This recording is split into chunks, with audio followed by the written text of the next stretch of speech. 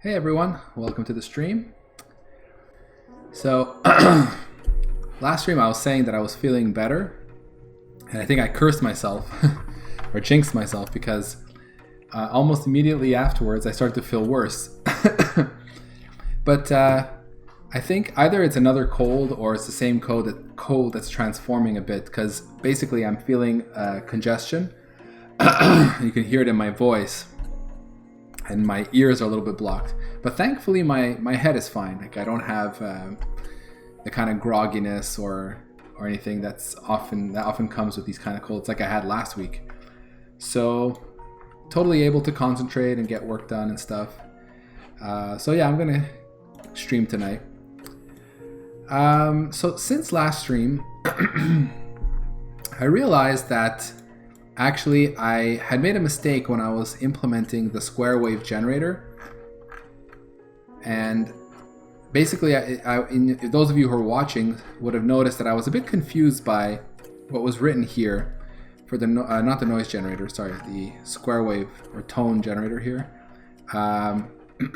So yeah, here it said, the frequency of each square wave generated by the 3 tone generators is obtained in the PSG by first counting down the input clock by 16, then by further counting down the result by the programmed 12-bit tone period value.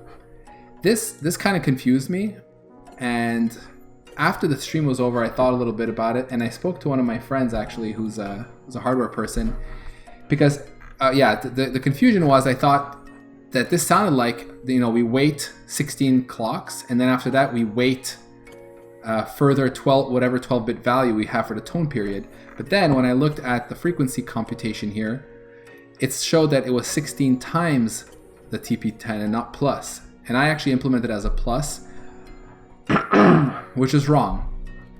And as one of my friends explained to me, what they're trying to say here is that there is basically a divider on the input clock signal. Basically, that we can think of it as it basically whatever the frequency is of the CPU, that clock that's coming in, we take 1/16 of that rate, and that's the rate at which we update the PSG, like the tone generator anyway. So we divide, and on every 16th time we actually advance our tone generator. Now there are 2 ways to do that. The way I did it, and I think I might change it actually, because the way I'm doing it is not as optimal in terms of execution time, and I definitely don't want this to take too much of a hit performance-wise, because yeah, audio, at least from when I did on my NES emulator, it can be actually quite a significant portion of the main thread's performance is in here. So basically the way I did it though is I changed this code a little bit. What I did is I still have a period here, but the period is what we store. It's the value that is set from the outside. I have what's called a duty. The duty is basically the period divided by 2. So that's the number of clocks that we are high and then the number of clocks that we are low, because it's a square wave. Time is your position in the wave, and the value is whether it's 0 or 1 right now. So really simple. And that 16 multiplier thing, I have it here. I call it period scale. And what I do is that whenever you set the period, I have this update duty function, and the duty is basically the period value clamped down to no less than 1, multiplied by the period scale, and then divided by 2. This is equivalent, you know, like logically to what they're saying.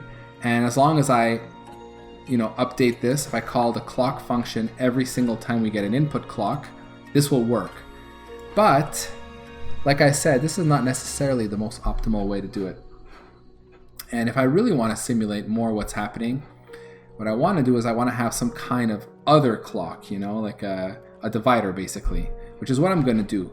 I'm going to add a divider, and only when the divider says, okay, you know, I can now, you know, 16 ticks has passed, it's time to now update the clock for my square wave generators.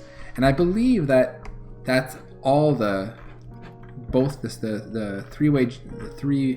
square wave generators and the noise generator work the same way. Yeah, you can see here there's input clock by 16 and then further. So this divider is used, I think, at the head of the clock signal. I don't know if there's anything else here. Let's see, amplitude control, that's just no clocking for that. Although there is here, let me see.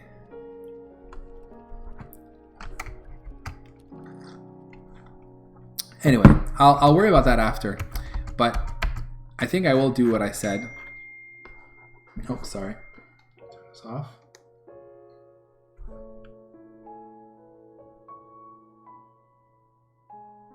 Okay. So, yeah. So let's get that done.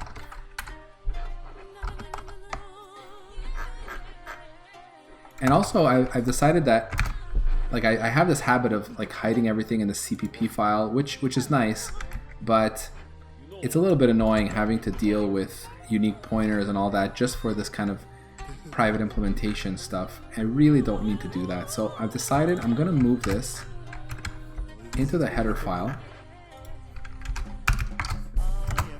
And potentially I'm going to put this in its own header. But for now I'm going to leave it here. And I'll figure out what I want to do afterwards. So then in that case, I'm not going to need a unique pointer here. I'm just going to need an array of 3, oops, like this, 3 of these, or I guess num types. Actually, I don't really shouldn't say num types because it's irrelevant. I'll say I have 3 square wave generators here.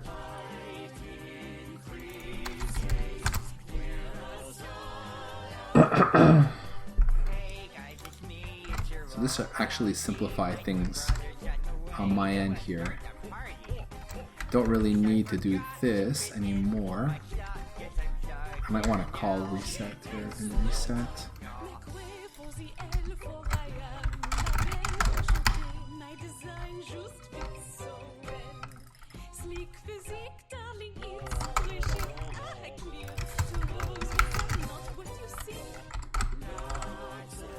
Yeah, I don't really have a reset here. I think I should.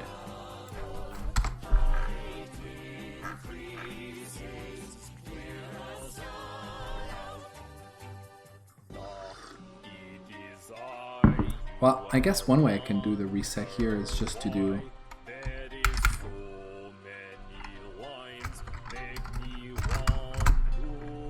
Can I do that?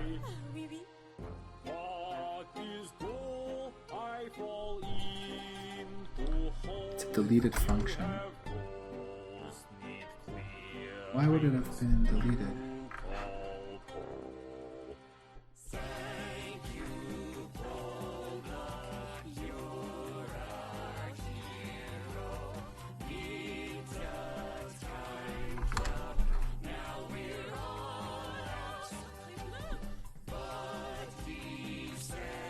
So the default assignment was deleted. I wonder if it's because of the const here. I'm going to be getting rid of this, so just curious. You know what? We don't have to stand for this. Yeah, this is like total crap. That's it. I quit. Yeah, it would have been because of that. Alright, I guess I should have made it static const for this to work. But then I can't initialize it like this, right? Can I make it inline const? Does that work in C++ 17? No, right? Unfortunately. But I guess static const will work. So we don't need this. We do a reset. Like this.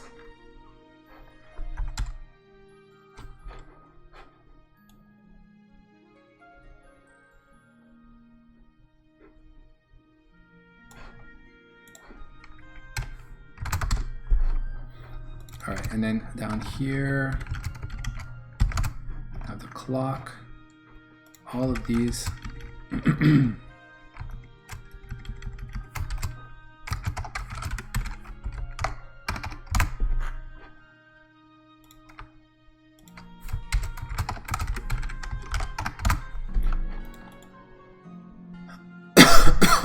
Excuse me.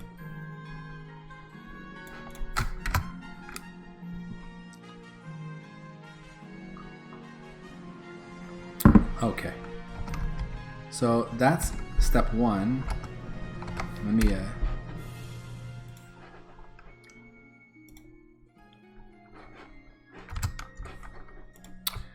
move square wave generator to header file.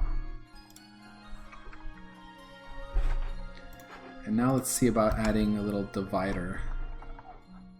So really a divider here is just a counter. I don't really need to model it, but I'll do it anyway because divider, I don't know how to. Anyways, whatever. Let's see here.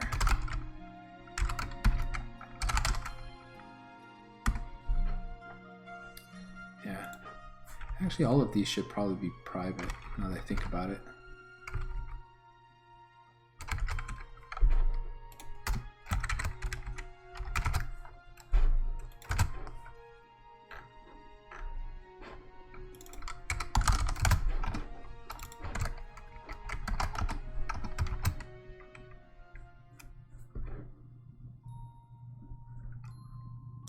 Oh, but if I make it, yeah, no, I think that would work.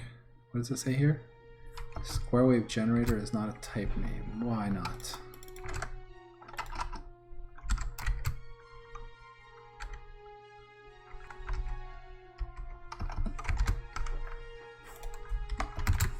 What did I do? Public.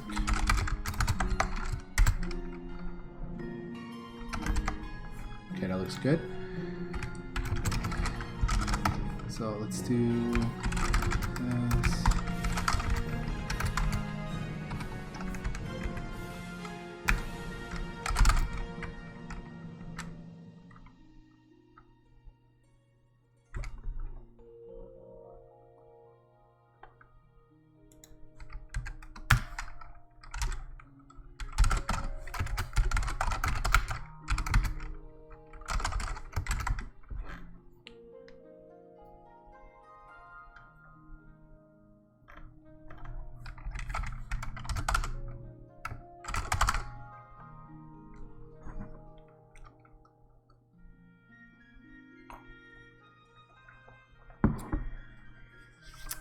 I had something like this, didn't I?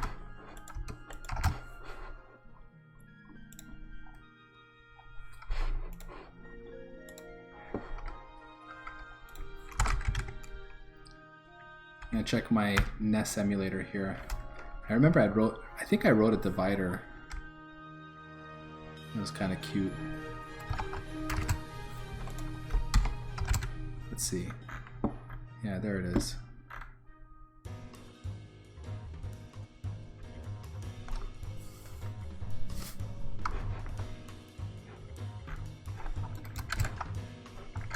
Oh yeah, because a lot of stuff was modeled after this.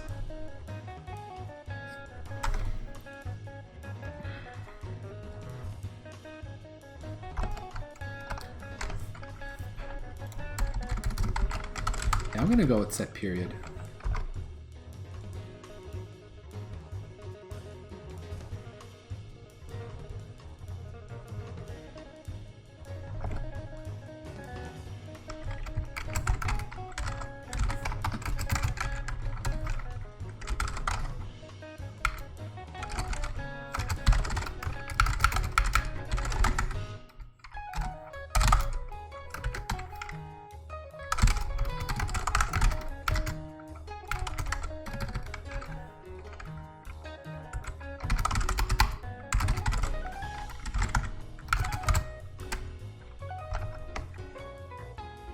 Yeah, I'm gonna call it counter.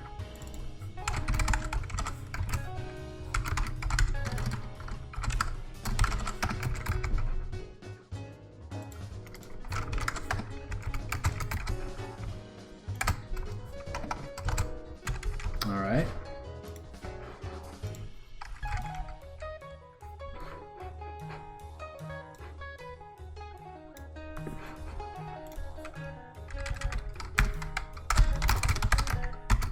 Now if you call clock, what I do is I'm going to say if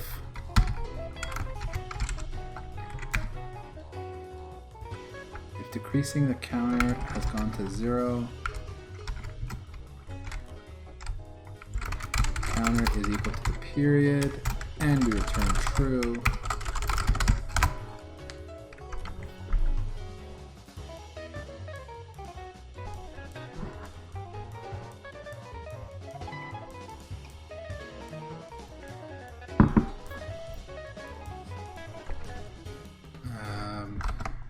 I have to worry about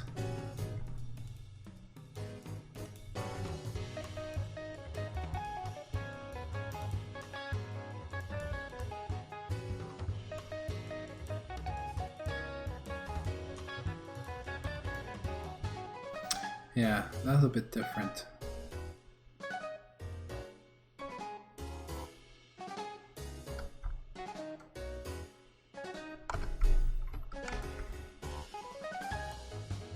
I guess I want to make sure that our period is not 0. If I do it this way.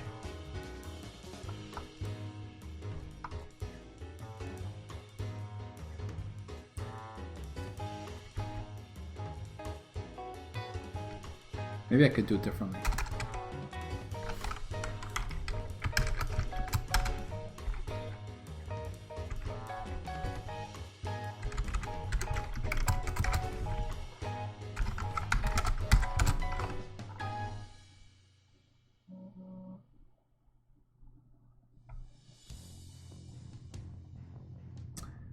Does this make sense?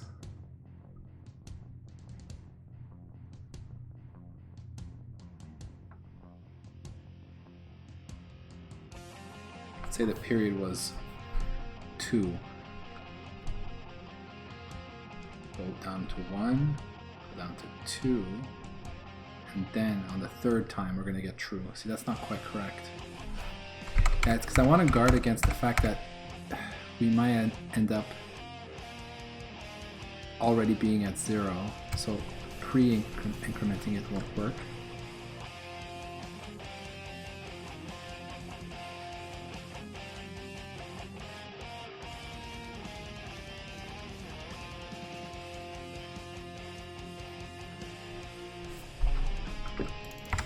You know what I'll do? I'll just add if period is greater than 0. It'll be slightly slower, but it's okay. Otherwise, if the period is 0, it just keeps returning false.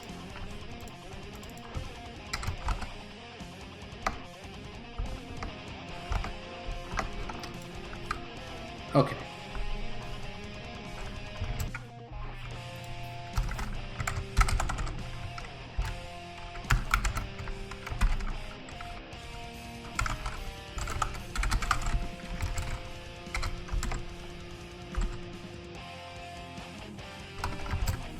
And actually,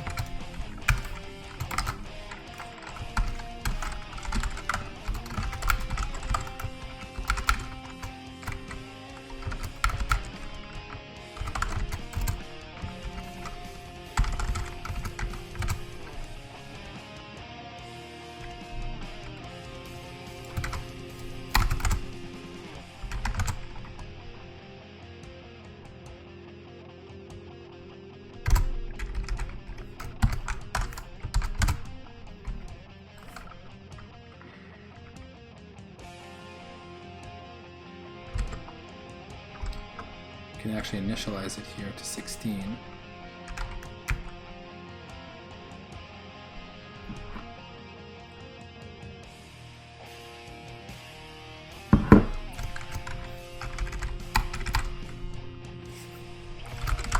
Input clock divided by 16. Now, with that in mind, we can say if master divider dot clock, and then we can update our generators.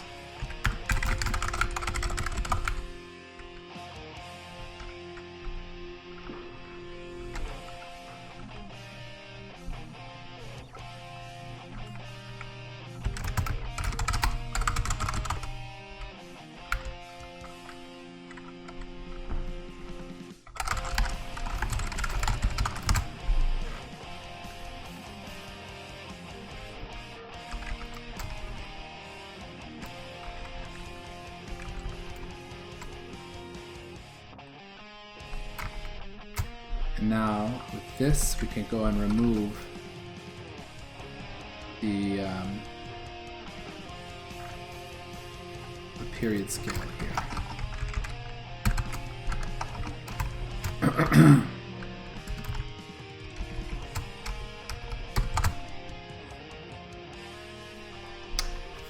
So there you go. I think that makes a lot more sense.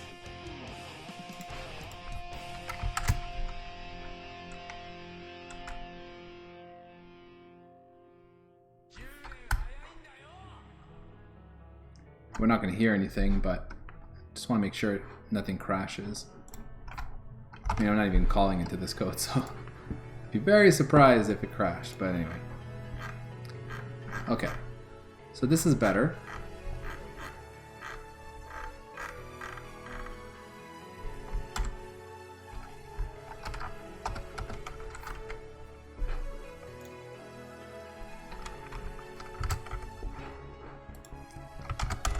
Add divider. I'll say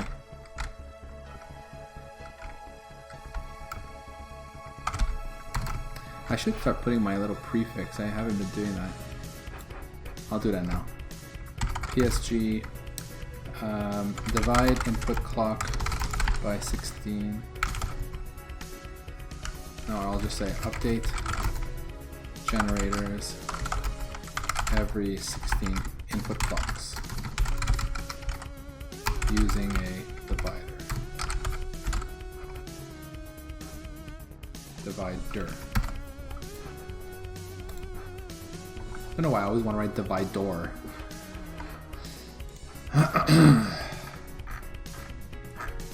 Okay.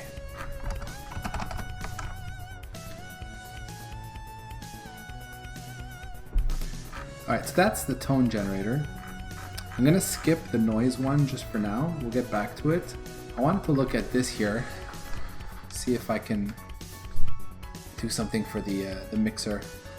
So register 7 is a multifunction enable register with which controls the 3 noise tone mixers and the 2 general purpose I/O ports. I think we can ignore the I/O ports in our case. I think. Maybe not.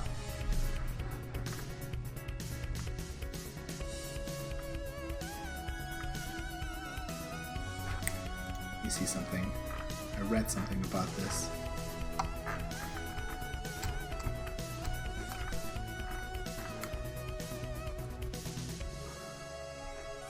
Variants. So us is the 8912. With parallel port B simply not connected to any pins. The 8910 has 2 general purpose 8-bit parallel I/O ports, A and B, and these are available in the 40-pin package of the same name. The 8912 is the same chip in a 28-pin package, with parallel port B simply not connected to any pins. Okay.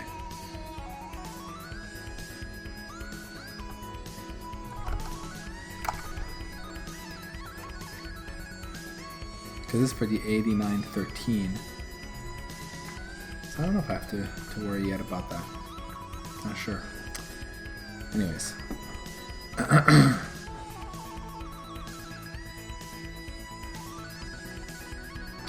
I might be able to tell.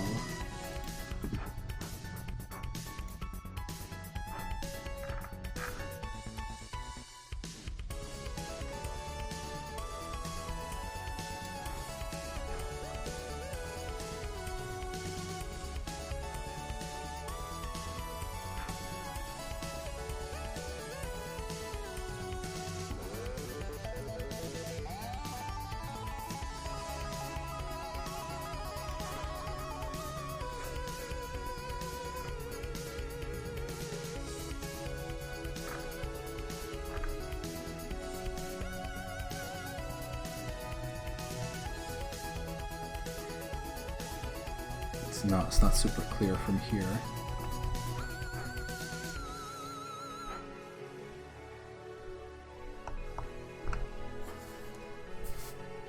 Okay.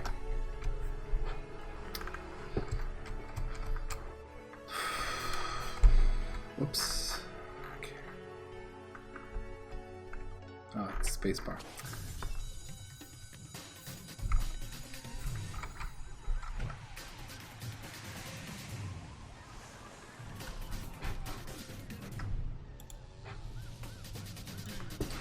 So, the mixers, as previously described, combine the noise and tone frequencies for each of the three channels. The determination of combining neither, either, both noise and tone frequencies on each channel is made by the state of bits B5 to B0 of R7.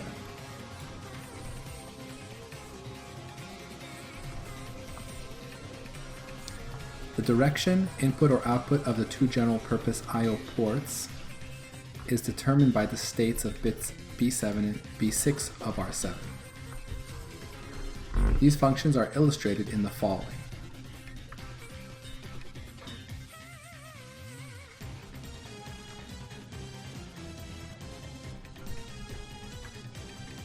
Note, disabling noise and tone does not turn off a channel. Turning a channel off can only be accomplished by writing all zeros into the corresponding amplitude control register, R10, R11, or R12. I see.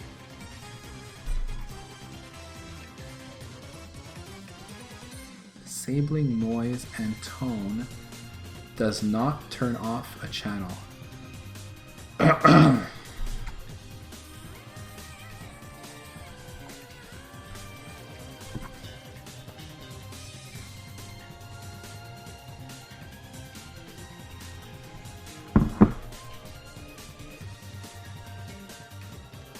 I wonder if that means that, like, if you were to, they're saying if you put 111 and 111 and say like this, you effectively have no noise or tone generators assigned to any of the channels, but then what does that mean for, like, is there still maybe some sound that you might hear, maybe some like bass sound?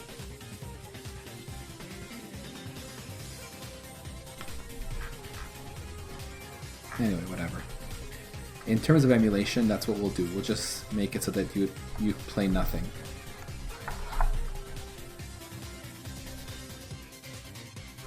I guess they just mean like physically turn off the channel. So it'll still maybe draw power or something. I think that's what they mean.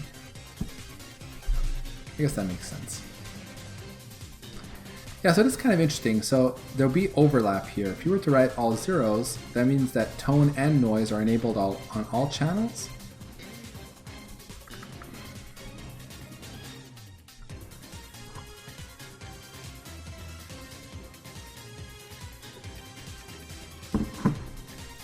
The mixers, as previously described, combine the noise and tone frequencies for each of the three channels. The determination of combining neither, either, both noise and tone frequencies on each channel is made by these. So what does that mean?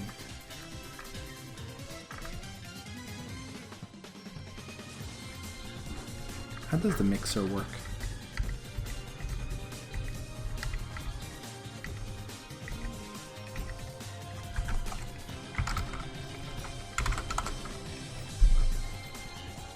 Combines the outputs of the tone generators and the noise generators, one for each channel. One for each channel.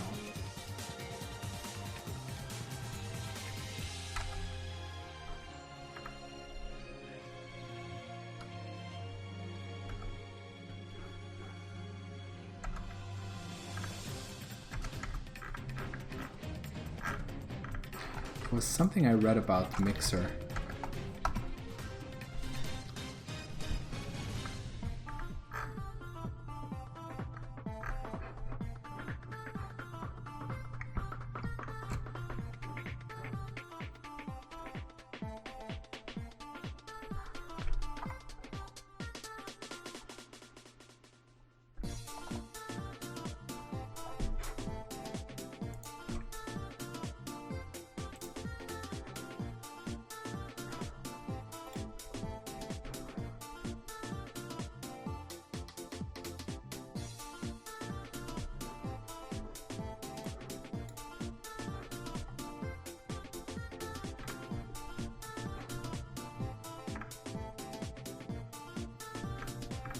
All right.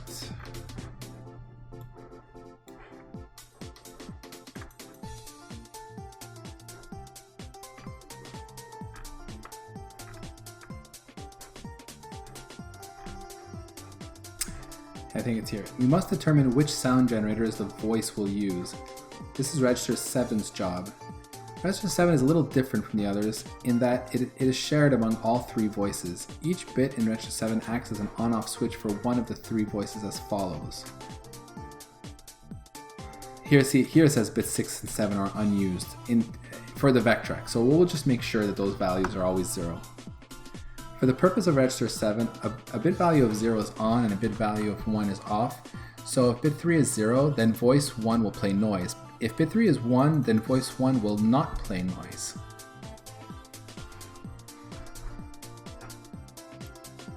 Right.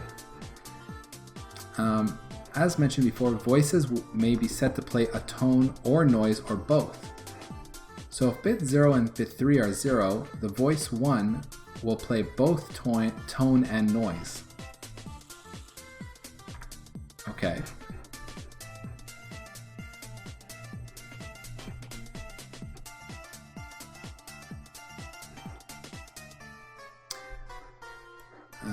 All right.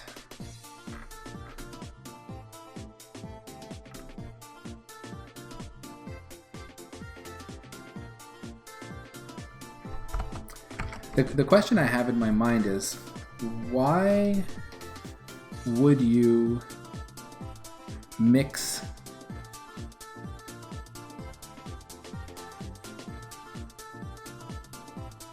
what is it that I want to say? Like, what's the effect of mixing your noise and your tone on one channel? Is it that the signals are added together? I suppose that's what it means.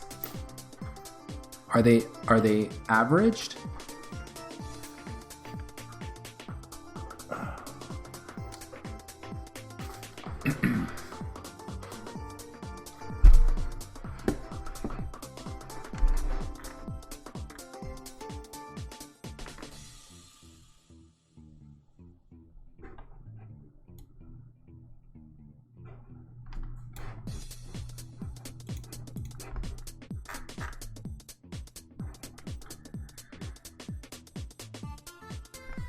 Okay, let me see here. 6 registers control the pitches produced in the 3 primary channels.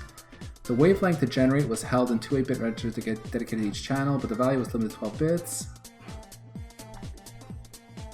Another register controlled the period of a pseudo-random noise generator, while another controlled the mixing of this noise into the primary channels.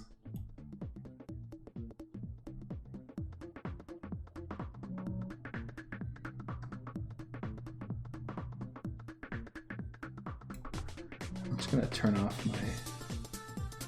put into do not disturb. Getting too many buzzes on my phone.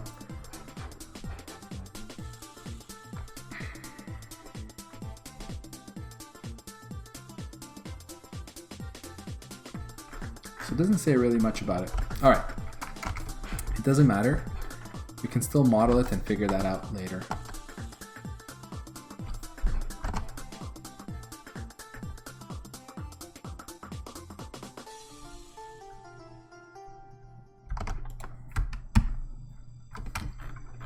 So this is what we'll do. We have our channel here. I guess now I do want the number of channels.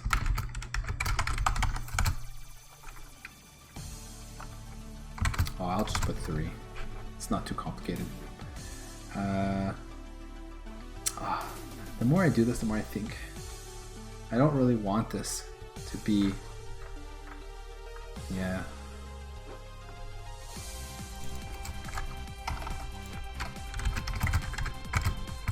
I can't do a namespace in here, right? I could do a struct, but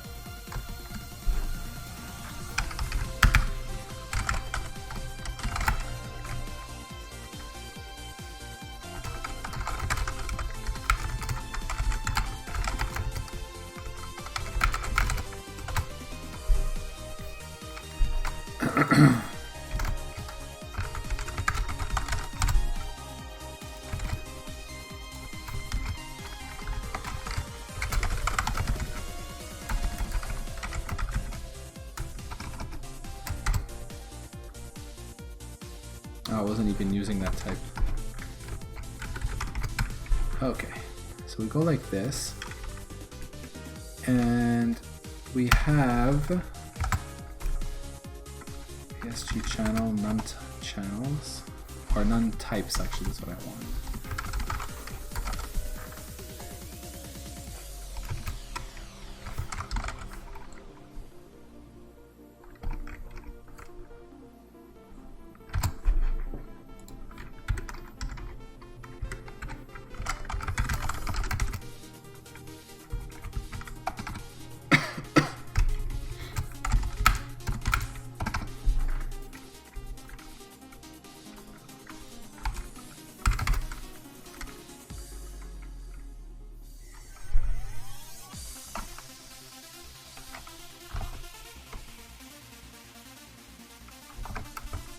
Call this tone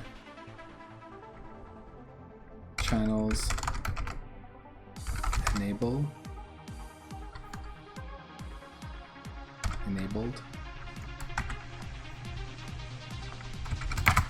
Similarly, our noise channel enabled.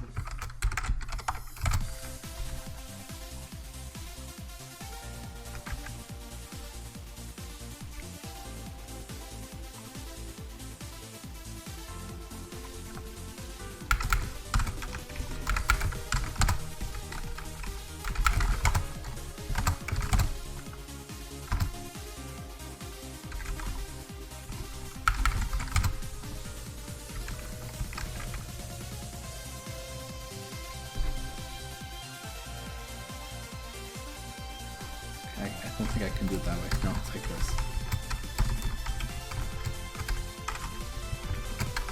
Can I do that for stood array? Oh, hey, Will25. If I want to focus more on 3D games, is it better to learn C# or C++? Well, I would say C++. Well, yeah, I don't know. I mean, honestly, you can do both. If you're going to do Unity, then I guess you'll want to learn C#, right? And then pretty much everyone's doing Unity for, you know, smaller games and stuff.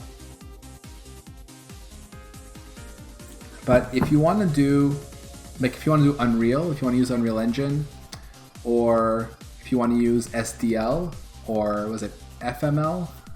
SFML, I mean. Those are C++ based engines.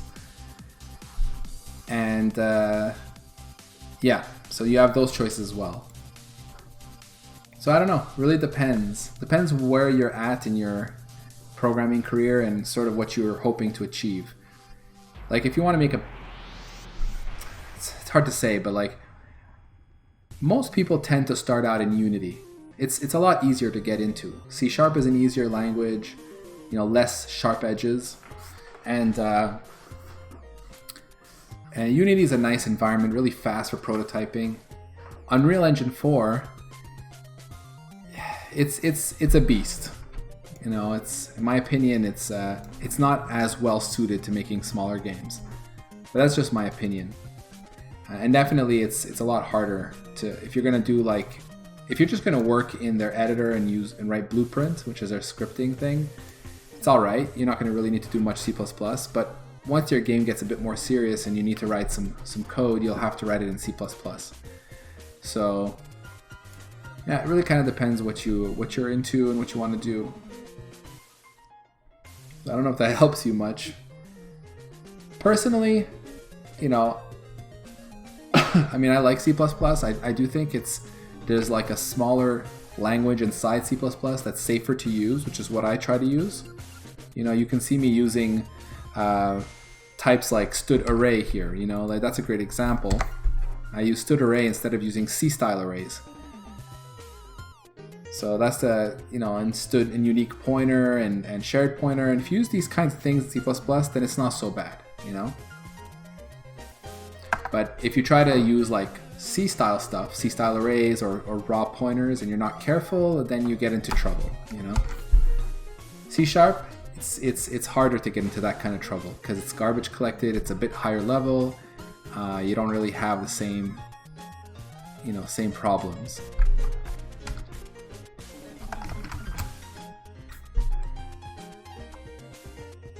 Yeah, no problem.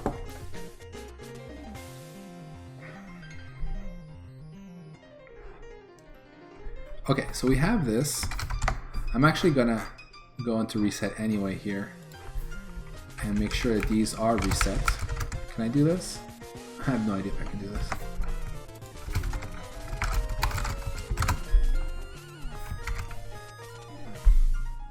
I can. That's sweet. Which probably means I can do this.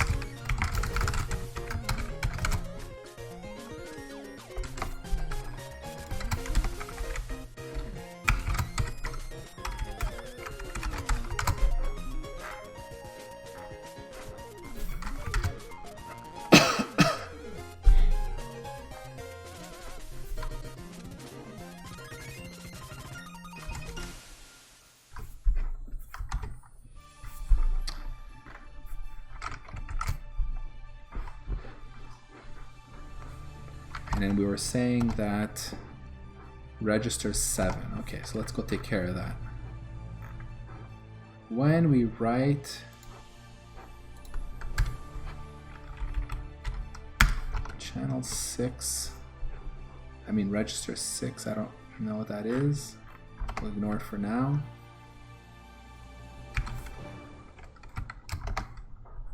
Mixer control IO enable.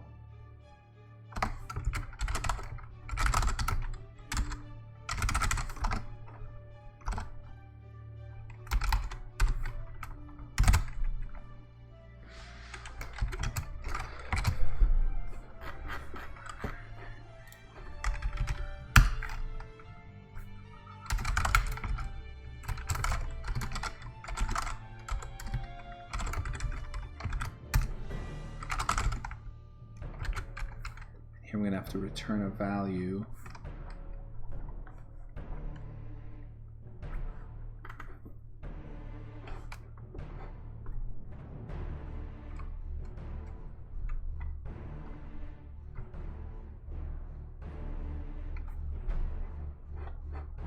Actually, I'm going to leave this out for now, because I'm kind of caching the values in here, so just returning them for the reads should be fine.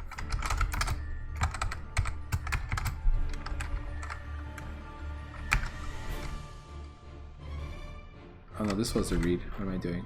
This is the write.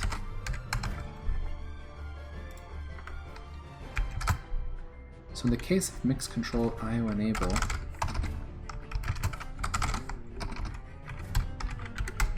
what do we want to do? We want to do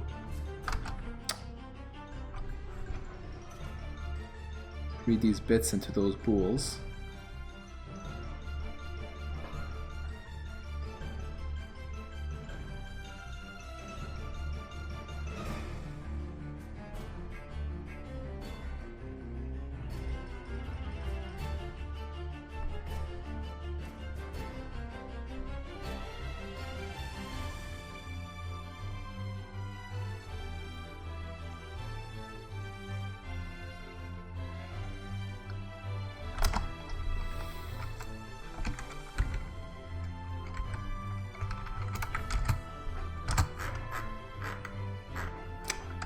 Yeah, I'm hesitating. Let me see.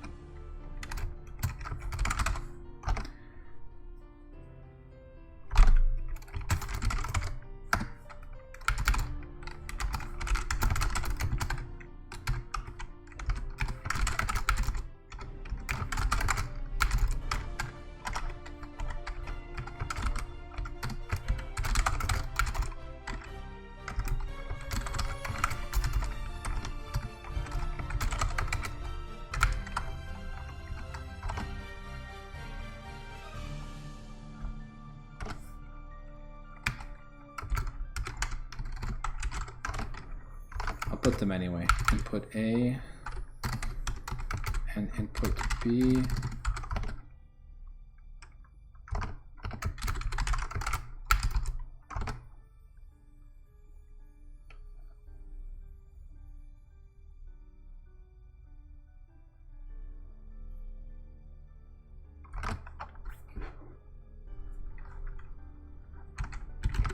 I won't put that.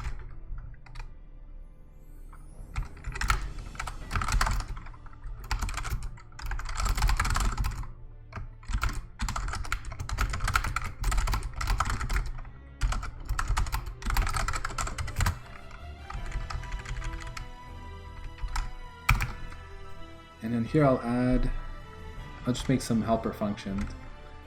Bool is enabled.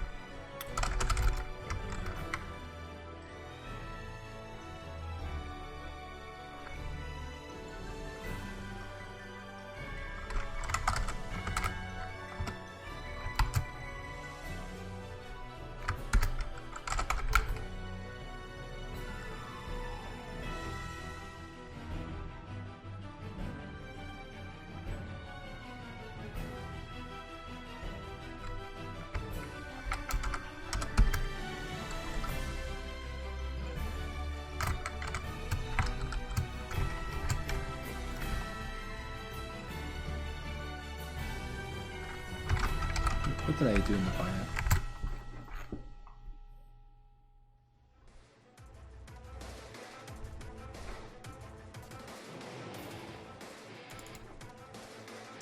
Oh yeah, that's what I was doing.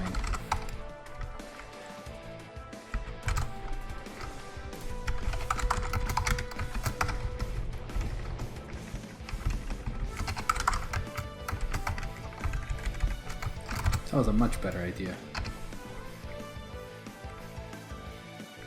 Why did I do that for these guys? Alright, because I want to use these as indices.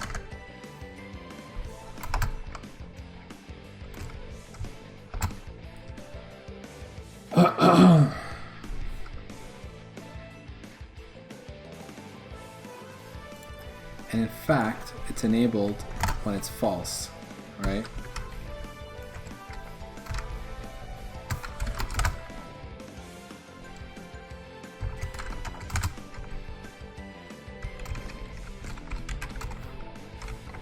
So I'll say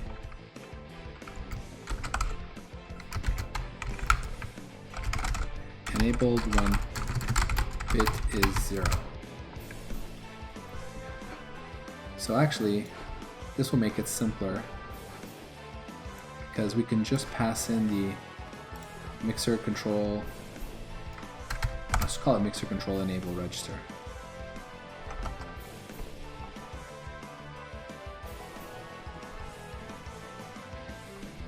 Or just mixer control.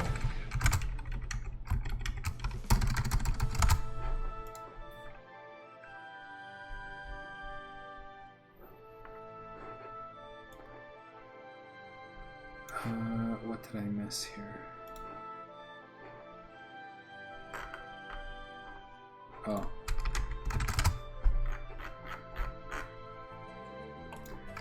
So now I don't really need to handle it whatsoever.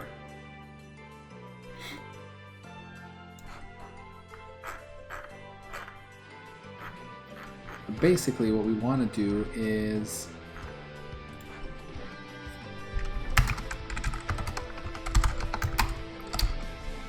when we need to sample our clock, we need to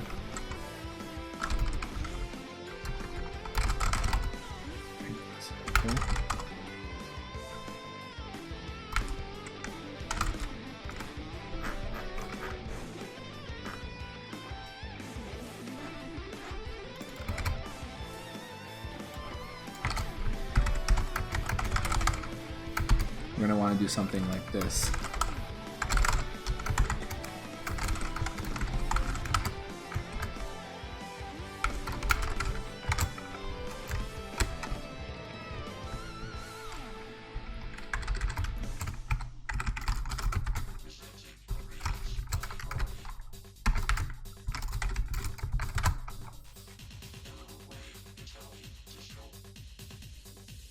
So you basically, oh, and we need to pass in the actual register.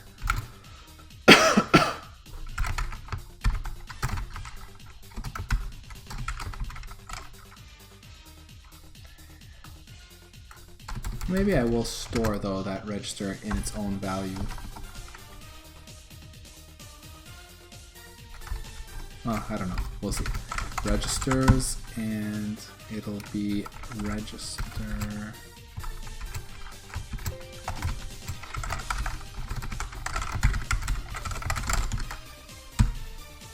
Like that.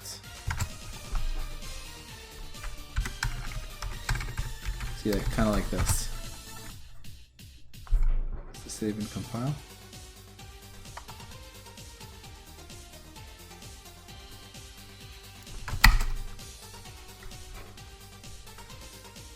Oh, it's the other way around.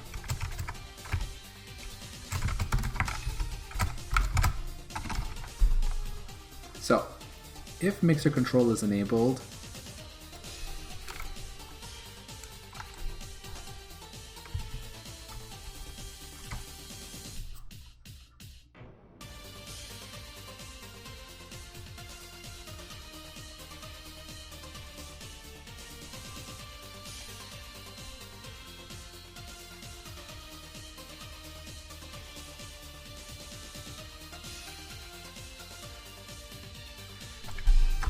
you know what? I'm going to make this a private function.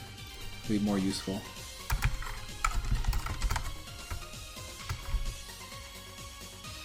So that means I'm going to have to move this out.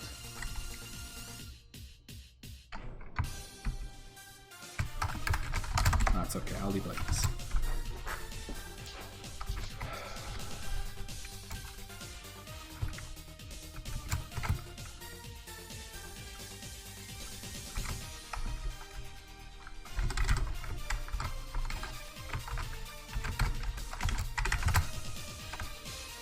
Funny how it does that, eh? Oh, it's because the comment thing.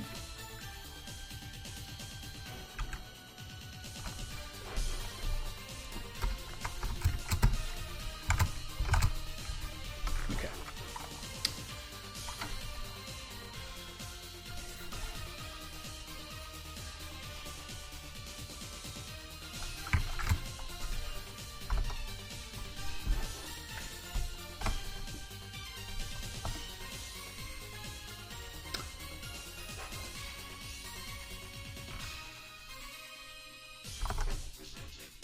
Maybe while I'm here, just to be sure, I will add the little assertion for the right.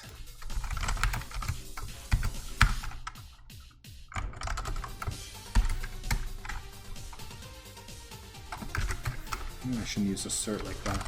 Assert, my assert. And we'll make sure that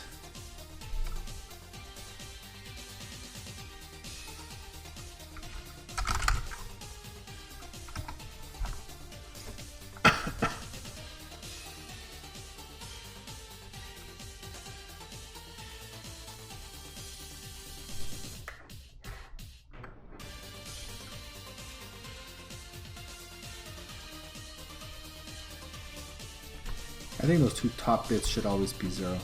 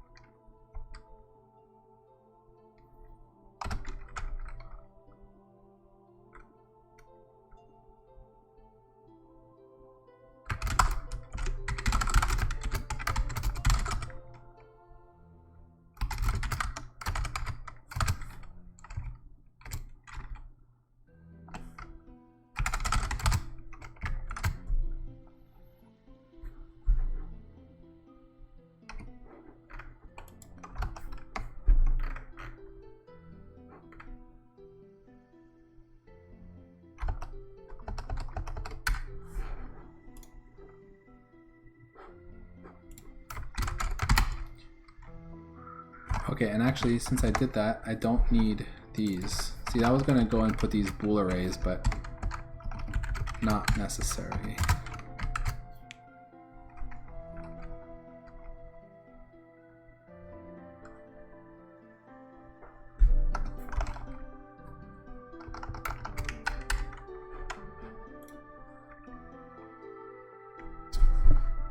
Which also means that so far, that's not useful either.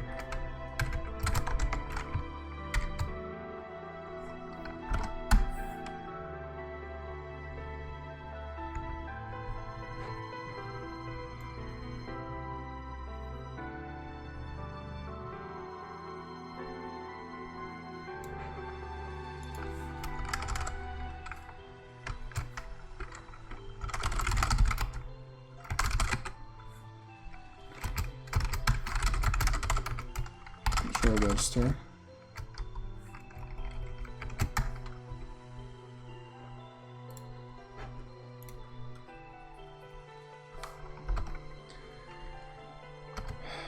Amplitude. The amplitude of the signal generated by each of the three DA converters, one for each channel A, B, and C, is determined by the contents of the lower 5 bits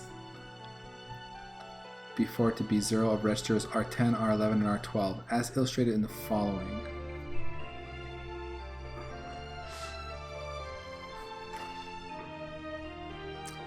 A is R10, B is R11, and C is R12.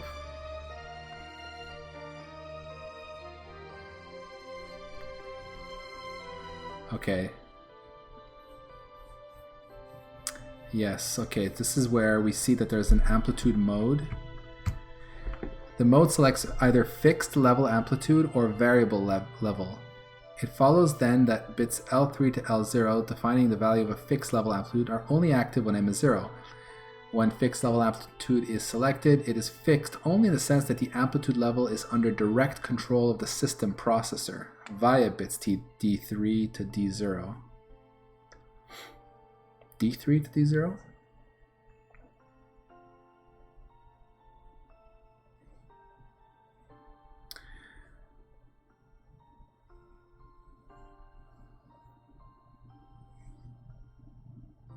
I guess they mean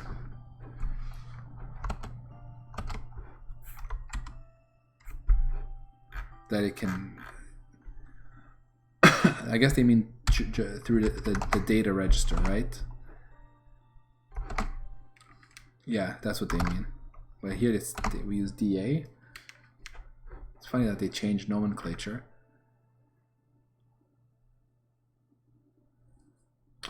Varying the amplitude when in this fixed amplitude mode requires in each instance the direct intervention of the system processor via an address latch write data sequence to modify the D3 to D0 data. Okay. Sure.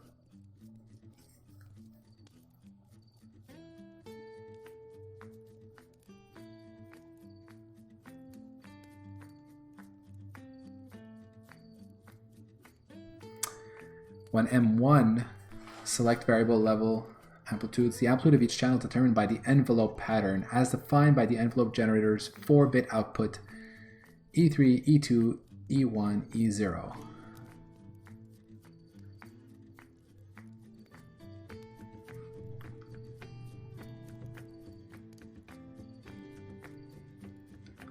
The amplitude mode bit can also be thought of as an envelope enable bit. When m is equal to 0, the envelope is not used, and when m is equal to 1, the envelope is enabled. A full description of the envelope generator function follows in section 3.5.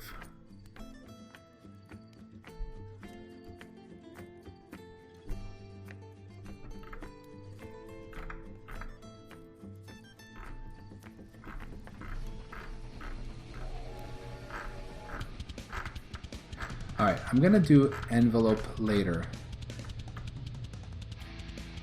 I'm going to focus for now on fixed.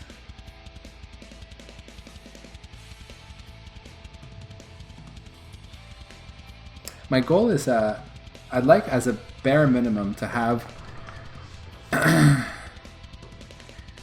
If I could have just the tone generators working, forgetting noise for now, forget envelope, so just have tone generators with fixed volume, I think that with that alone, we should get, like most games should play the core of their audio.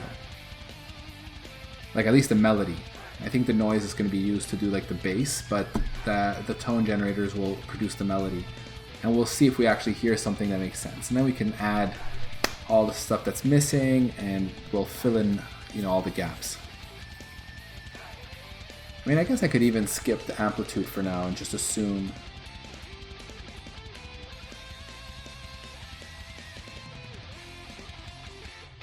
I don't know. No, I'm gonna do it. I'm gonna do the amplitude there. Because I think that if we don't do it, then I just mix the values from the 3 tone generators, when the game wants to turn off a tone generator, it'll just set the volume to 0 and not actually bother to like set the tone to anything that makes, you know, what will it set the tone to? So then we'll end up hearing a lot of noise if we don't actually do the modulation here. So let's take care of this. R12, R10, 11, 12. Okay.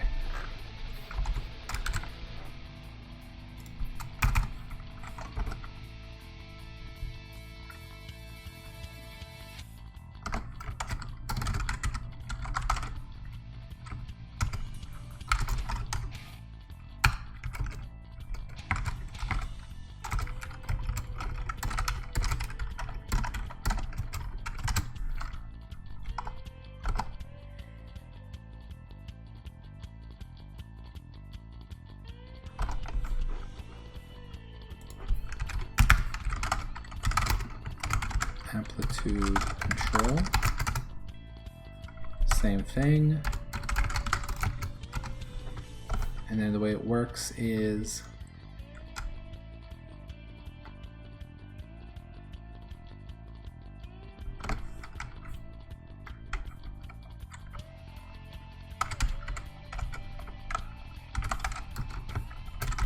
fixed volume, I'll say, bits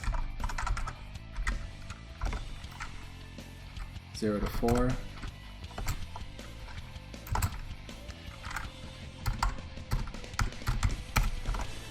And we'll say amplitude mode, or like they said, we could say envelope mode instead.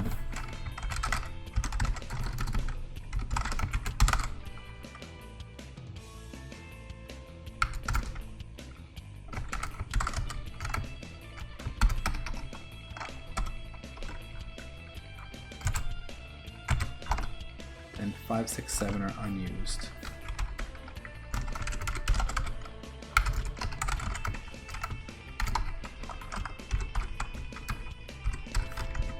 Don't really need this, but it documents the fact that those bits are not used.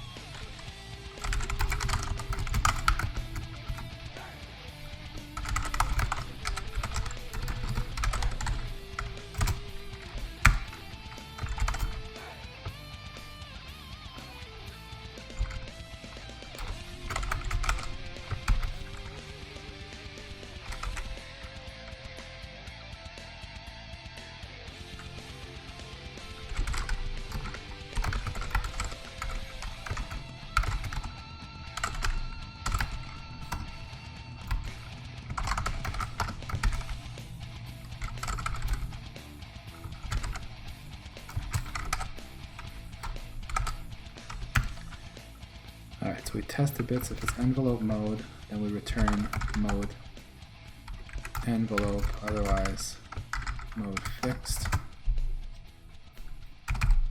And then another useful one will be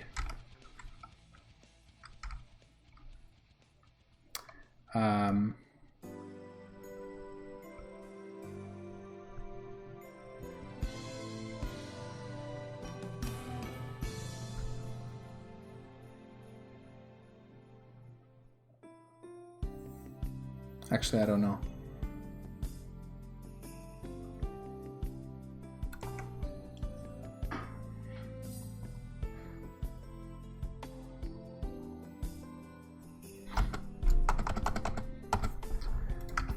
Need a little reminder. What did I do again for volume?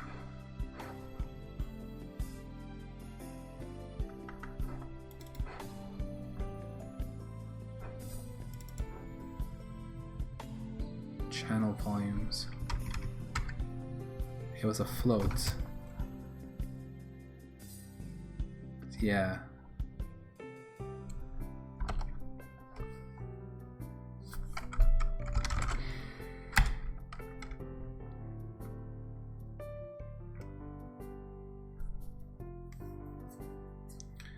Yes, that's right, because the audio driver takes float samples, yes. I'll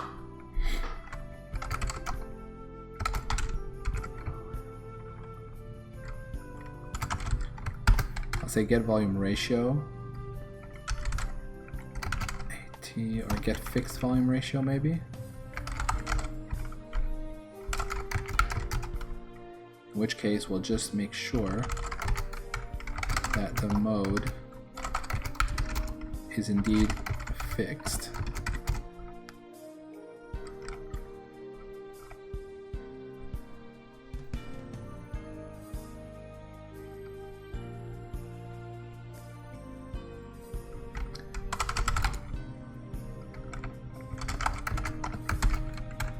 We'll read the bits of the register for fixed volume.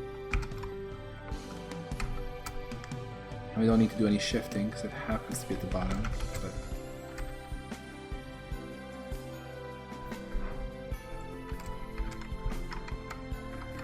But and we will divide that by, well, I guess it's 2 to the 4.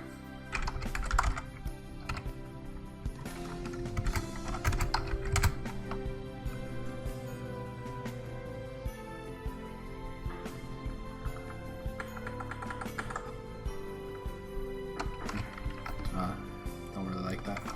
I'll just put 16. 16.0 F.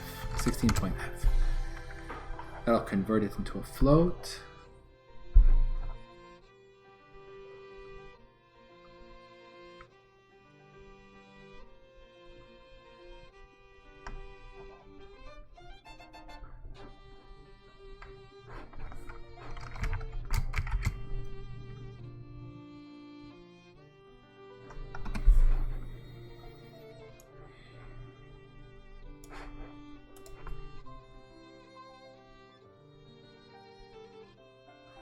So here it'll be something like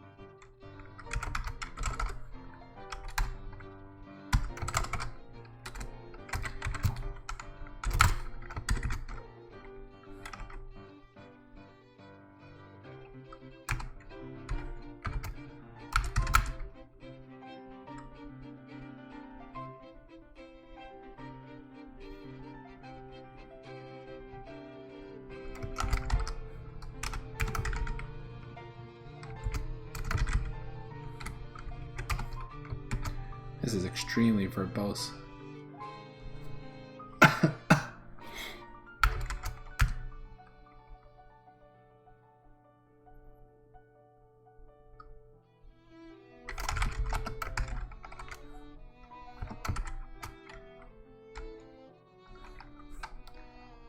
I guess what I'll do is I'll probably do this in a loop.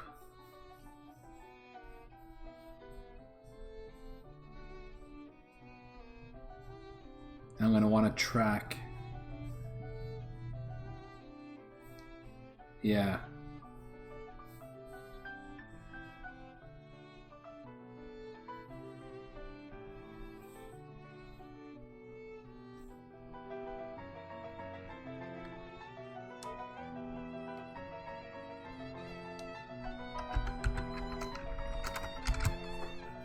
I think it's going to be, yeah, it's going to be something like this.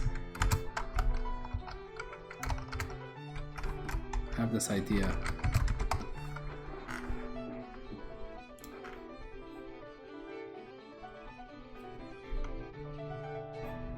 I haven't done it yet, but I'm going to start, just get this in here, noise generator.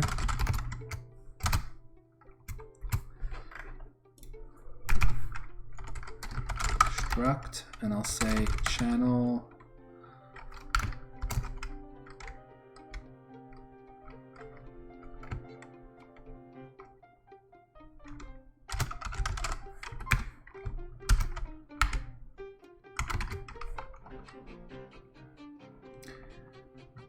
I wonder if I should call it square wave or tone generator. It calls a tone generator everywhere in this document.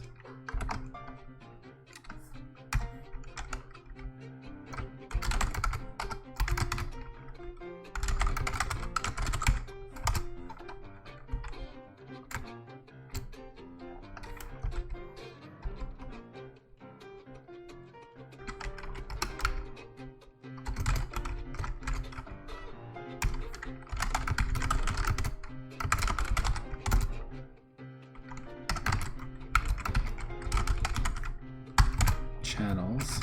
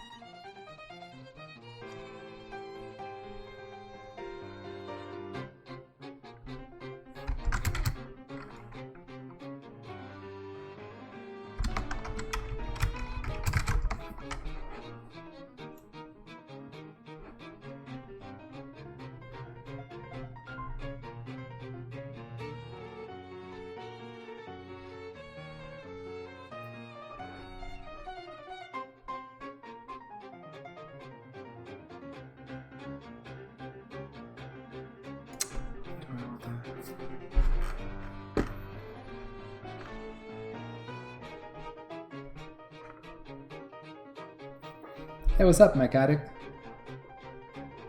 Welcome to the stream. Again.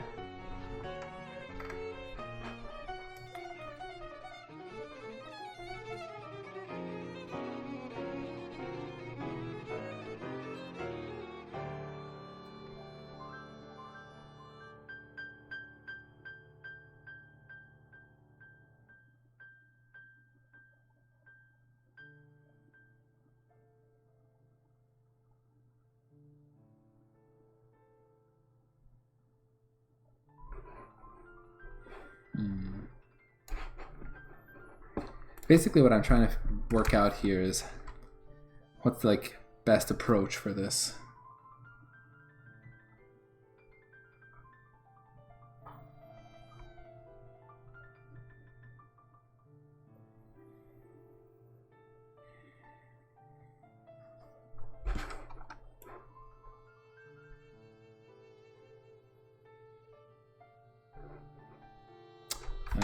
Yeah, I don't really like this. I think what I'm going to do is something like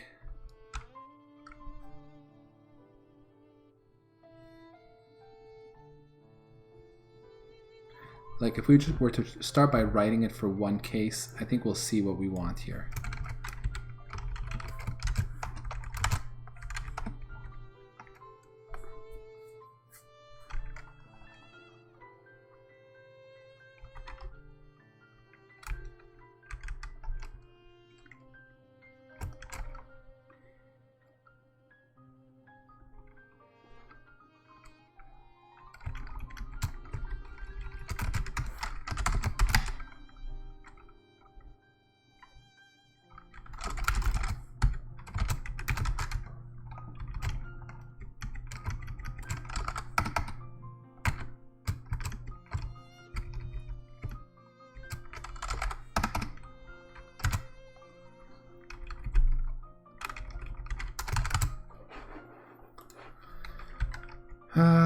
Let's see here. If the mode is fixed, we get its volume.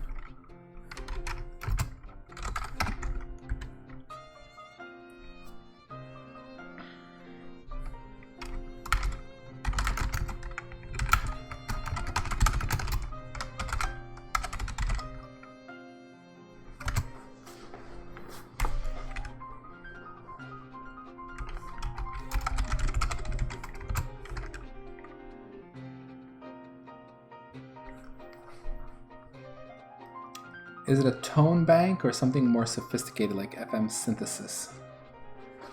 Neither. I don't know. Don't know what you mean by tone bank. But it's just like it's just a square wave generator, for the tone, and a noise generator, and basically you can.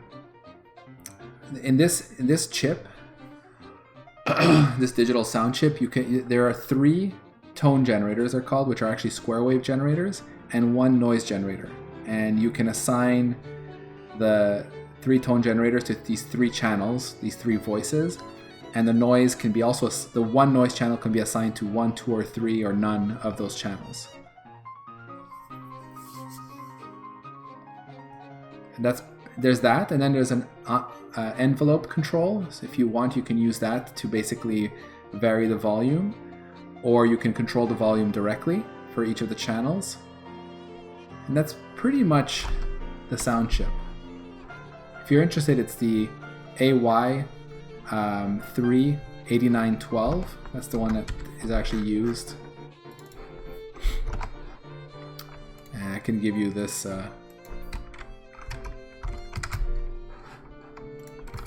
If you want to read a little bit about it on Wikipedia.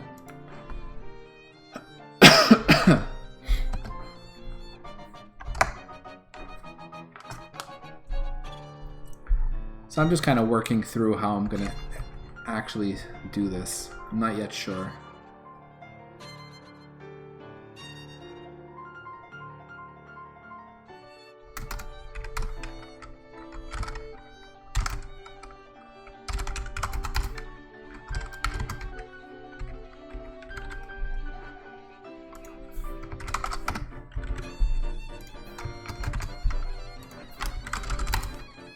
Something like this.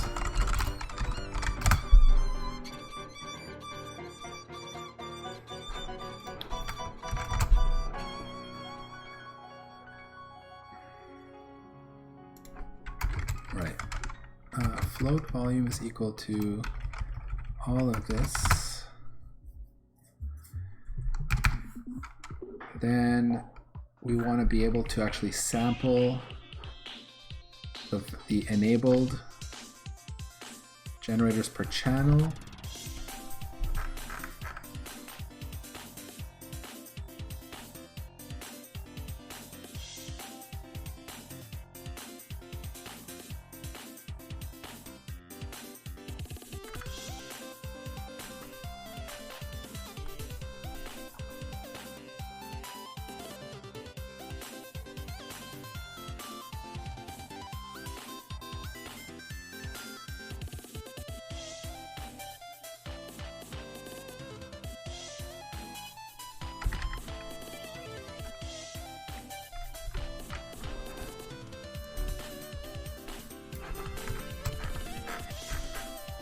Double check something.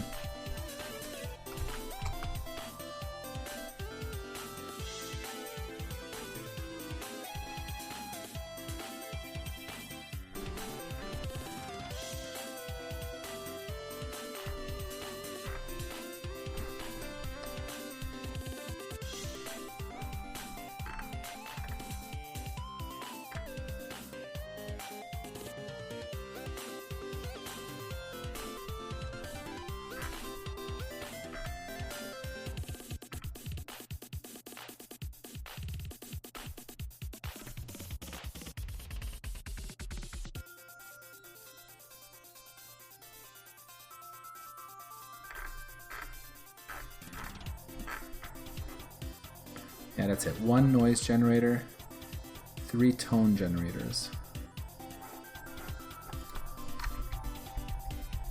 So from what I understand, basically, come back down here.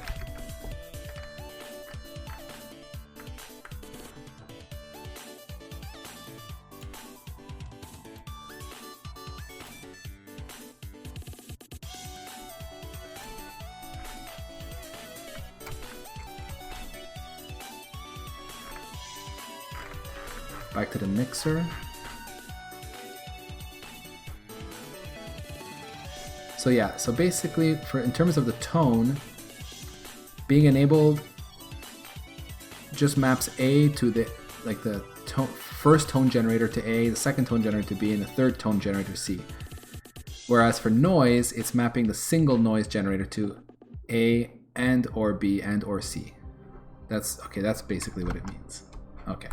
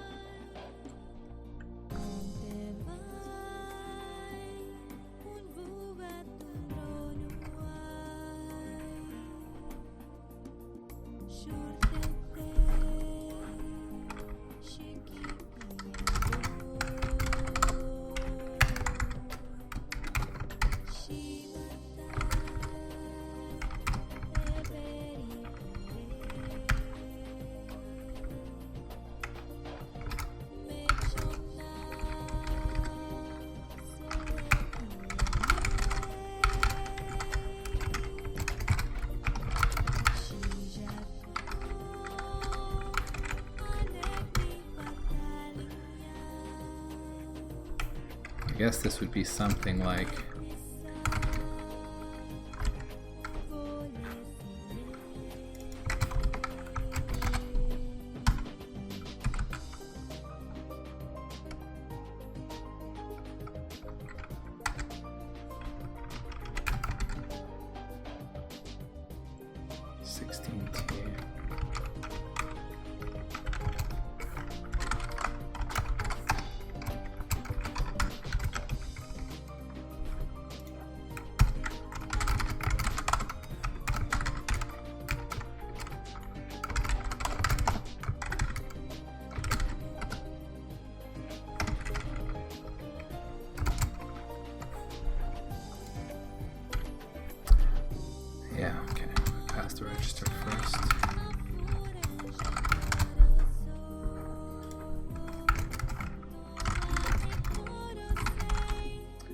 I don't really have a noise generator yet, but let's say I did.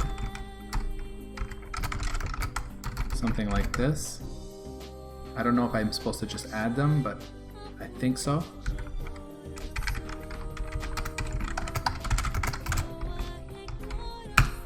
Then I think that's it. Oh yeah, and then we want to take. Hey Ganja Steve, thanks for the follow.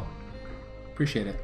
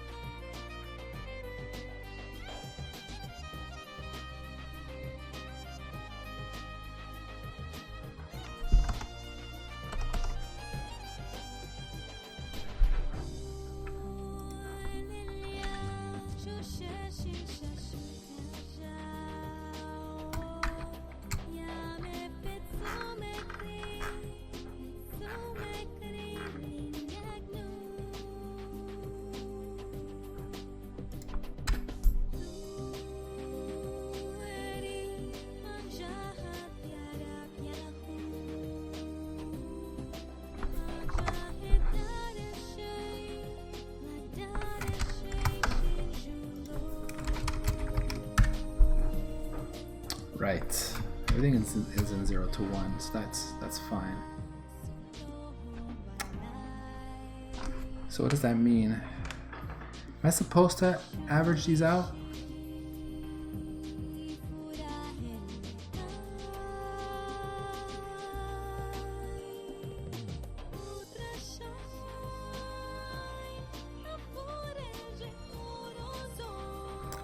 It doesn't really explain to what the mixer really does with the two. Maybe it's later. It's envelope generator control.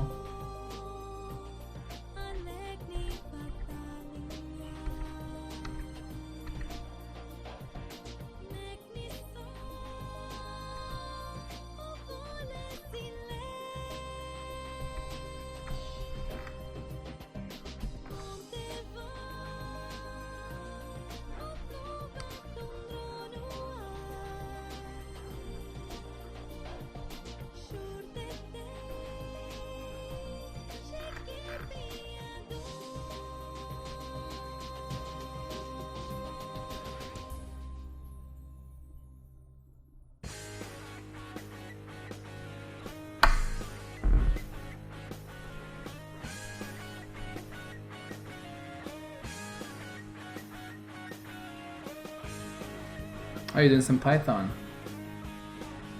I love Python. I do quite a bit of Python at work for like tooling and stuff. And it's such a like easy language to get into. And I love the batteries included philosophy behind it.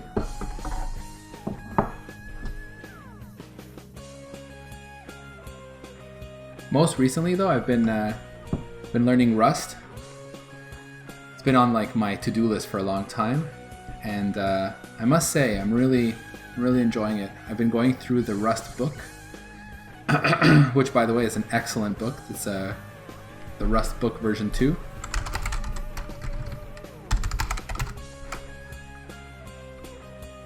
The second edition here.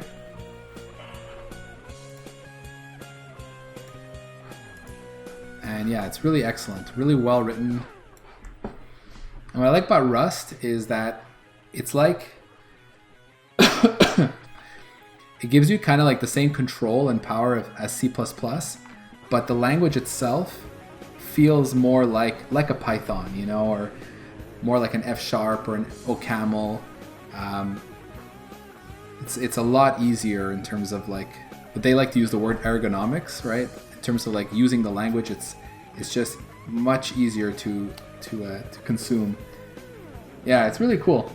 Like, I heard about Rust a few years ago because, you know, on Hacker News or on Reddit programming, there would always be people talking about it, and it was always this just like group of fanboys, you know, constantly saying Rust this and Rust that, and everyone was all excited about it. And I was like, oh, what is that? It's just a programming language, you know. What's the big deal? And then but what kind of like changed my mind was that, so I don't know if you know Ferris. He's another dev streamer.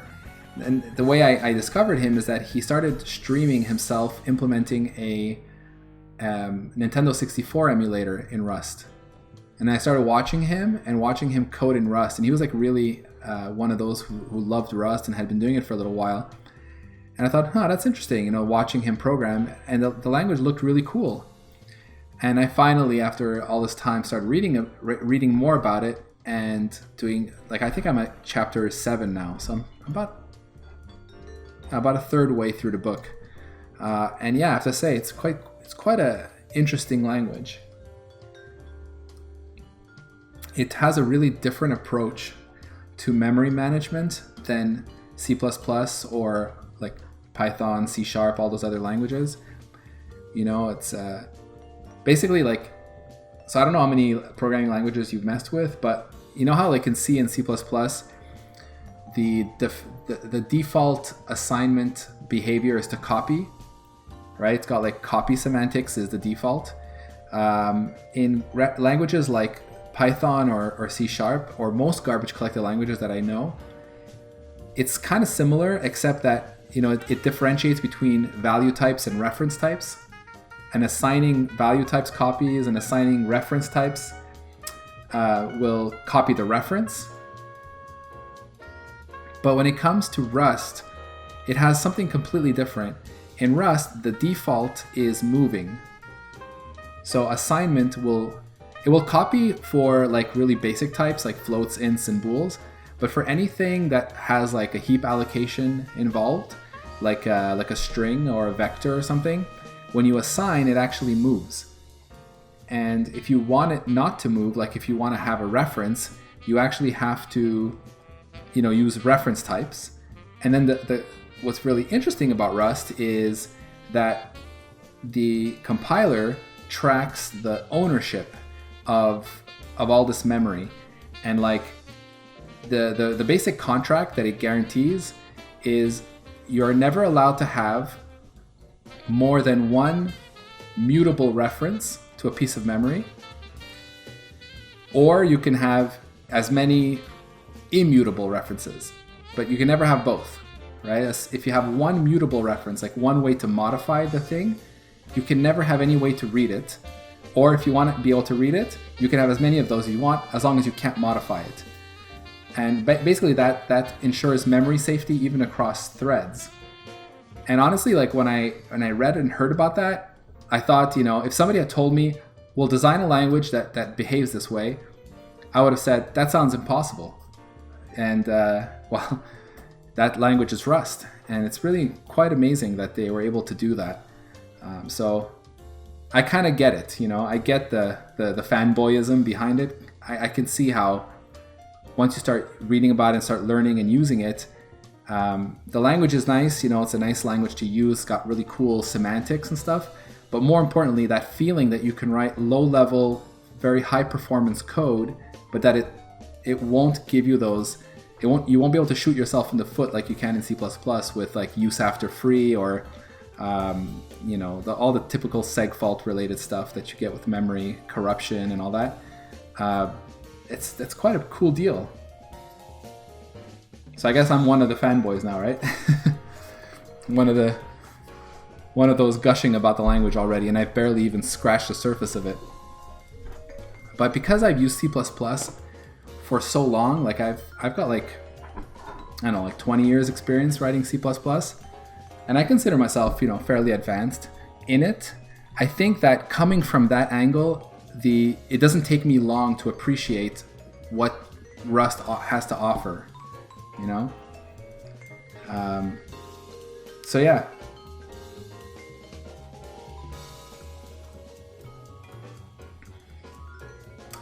Mac Addict says, no shortage of languages nowadays, and they all have their niche. That's absolutely true. That's absolutely true. And I'm interested in learning as many languages as possible, because I think that every language has their paradigms and their idioms behind them, and when you learn them, they make you a better programmer. And that's always been my experience. Like when I picked up F# like a couple years ago, I spent like 6 months learning F# and I wrote a game in it. When I went back to C++ or whatever, when I was still working in C++ at work, but what I learned was how to think about the data transformations and a more functional approach to programming, and it's actually made my code easier for myself anyway to write and to maintain. So I think Rust is going to be similar.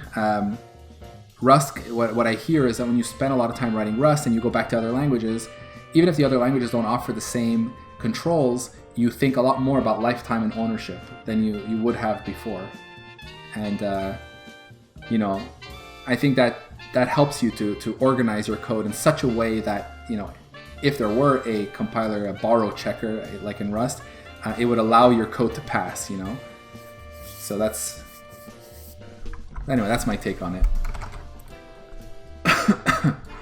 Now back to our regular scheduled program. So what was I doing here? Yeah, I was wondering about what am I supposed to do here? Am I supposed to? What is it supposed to do? So the struggle here is just that there's a square wave generator and there's a noise generator. The two can be enabled in the same channel. Now if I add them, each one can generate a value between 0 and 1.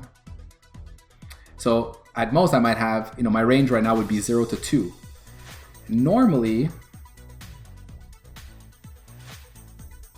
and normally what I want to be doing, and then I'm going to modulate it by this volume, which is also from 0 to 1. I need ultimately a value in 0 to 1 for producing samples for the sound card. But the thing is, I don't want to be, so either what I do is I say, maximally the square wave generator is 0 to 5, and same thing for noise, but then we're going to hear like a volume shift if one turns on and one turns off. I don't know what I don't really know what it's supposed to do. Like even like at the hardware level, I'm not sure what it's doing.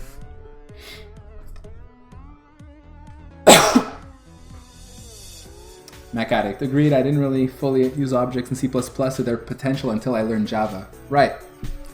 No, but that's exactly right. Because C++ obviously is object-oriented, but because it's got this C compatibility, you tend to learn C++ first. A lot of people learn it, and I learned it that way, by first learning C and then learning C++. And so most people use it kind of like C with classes.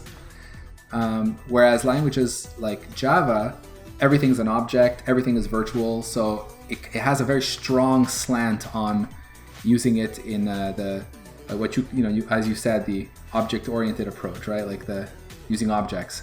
So with the whole idea of using interfaces and virtual functions, all of that stuff's in C++, but it's not like the default way.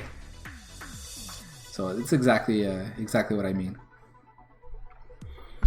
So yeah, I don't know what the deal is with how to mix these two. I really don't.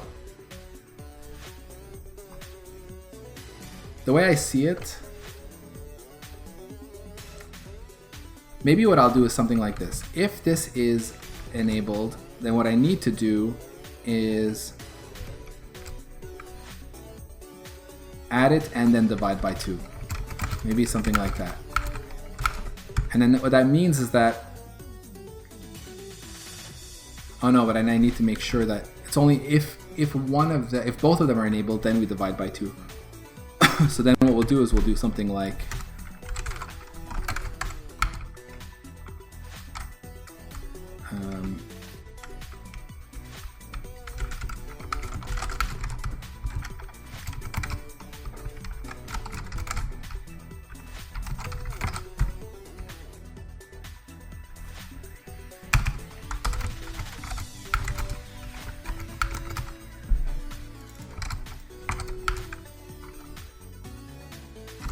I'll just do like this.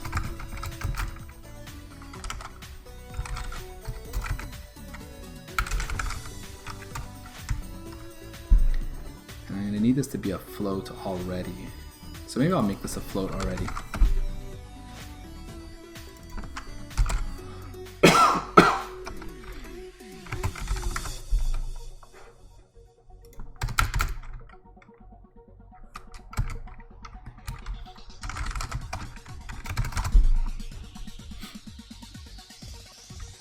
Something like that.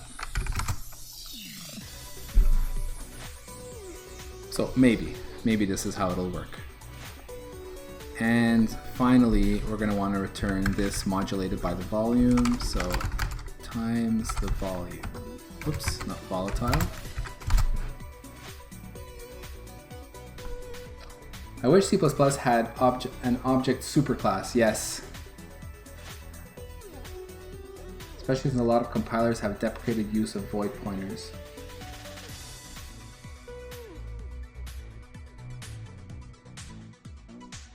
Void pointers. I wish C++ had an object superclass. Oh, okay. What do you mean by deprecated the use of void pointers? That's not quite true. I thought you were talking about something else when I first read it. I thought you were talking about the fact that you have the super keyword, which allows you to get access to your base class in Java, and we don't have that in C++. And part of the reason we don't have it is because in C++ you have like true multiple inheritance, You may have more than one base. Whereas in Java and C#, you can only have one base class, and the rest are interfaces. So it's not quite the same there. But you're talking about the fact that in Java and C#, everything derives from class object, except for like primitive types. But in a way, I don't, I kind of get that, but at the same time, C++ doesn't really need it because of templates. You can achieve pretty much most of what you want with templates. So I'm not sure I would want to have like an object-based class for everything. But there's something you say here. You said, especially since a lot of compilers have deprecated the use of void pointers. So if you mean at the language level and in terms of the actual compilers for C++, I don't believe that's true. You can pretty much always use void pointers. You have to be careful, of course, right? You have to be like really careful with void pointers, but they're not deprecated. And there is something that was added in C++ 17 that might make you happy. It sort of replaces void pointers. In fact, it pretty much does. It's called std_any. Of course, it's C++ 17, so you'd have to be using that.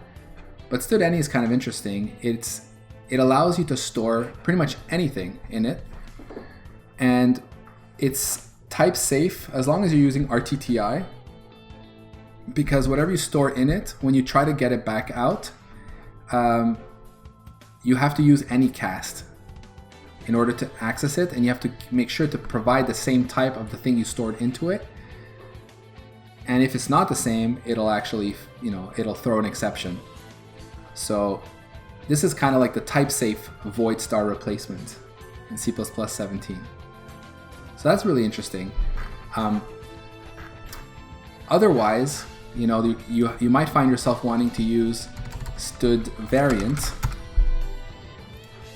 which is another super interesting type. And it's kind of like the replacement for union. This is like the type safe union. And this is the kind of thing, and it's relatively new even for me to be using this kind of thing, but it's the kind of thing you want to use when you don't really have an open polymorphic, what can I say? Like when you're designing your types and you have like a closed set of types. You know the number of types you're going to have. It's fixed. You don't expect to have clients add new types, derive new types from some base or some interface. Variant can be a really interesting solution. It's like it can be either this or this or this or this type, and that's it, right? And you can store them in a variant, and they don't even need to share a base class. And you can do quite a few really interesting things with that. So these types here are things that come from functional programming. And in functional programming, you don't really have this concept of a base object type to deal with. Polymorphism is solved in a different way. And Rust, by the way, is also something that has, for them it's called enum. It's their enumeration that behaves like a variant with match expressions and stuff. So definitely things to check out. Mac Addict. Well, years ago, you saw code everywhere where the programmer would declare a pointer of void type and then cast a pointer type to whatever type you needed, and then reuse the same pointer again, cast as a different type. That code still exists, right? One thing about C++ is very little is ever really deprecated, and it's a language that can practically compile code written 30 years ago still, with some exceptions, but very minor. So what you're suggesting there, that like the void star, the pattern of using void star to store user data, it still works and present in a lot of libraries. But you might be able to use std_any at some point, like in C++ 17 and up, to replace that. Of course, std_any is not free. A void star pointer is really just a pointer, so it's quite cheap. Std_any is something that, if I'm not mistaken, let me see here. I think this does heap allocations. It actually really stores a copy of the thing that you want to put in there. You know what I mean? If you want to store a pointer, of course you can store a pointer, but you can actually store a copy of something and it'll actually allocate and put it in there. So, anyway, I know what you're talking about. You're talking about the whole void star thing, but it's still, yeah, it's still out there. In general, I try not to use that if I can avoid it, but sometimes you can't, you know.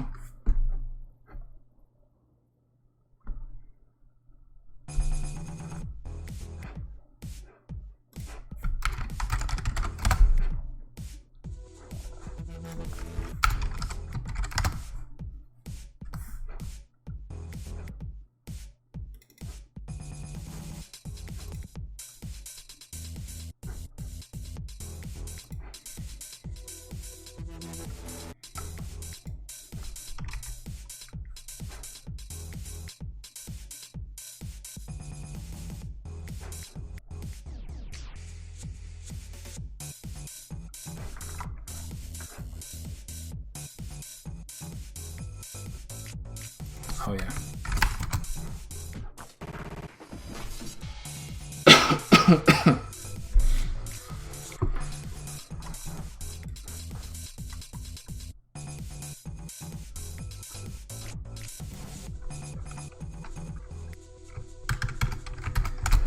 Okay, so what I'm seeing here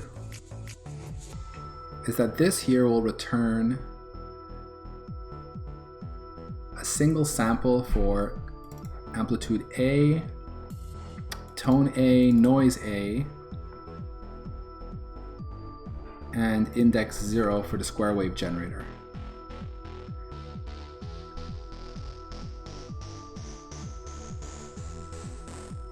So those are my variables, effectively. I don't know if how I wanna do this.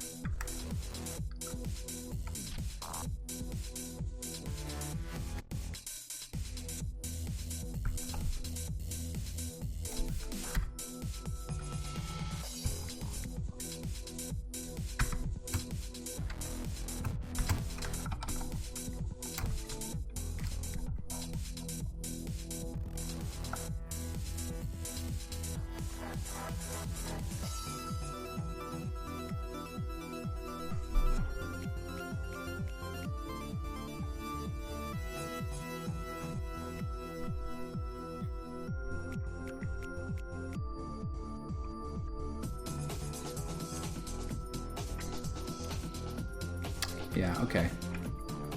Let me see here.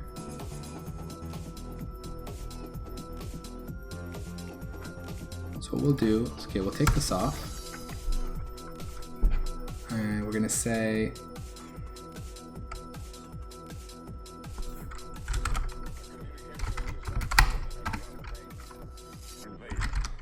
I'll call this amplitude register.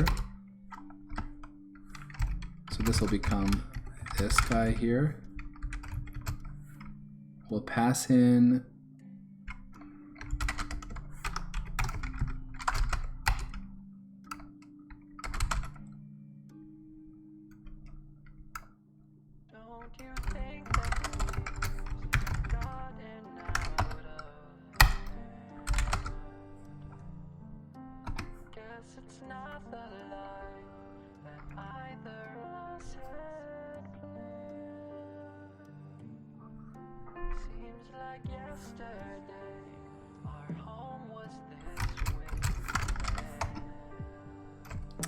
and the only thing that sucks is this here.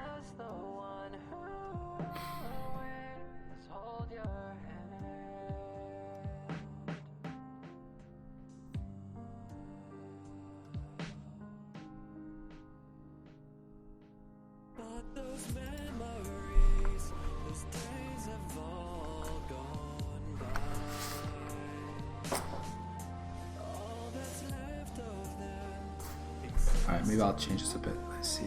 Register.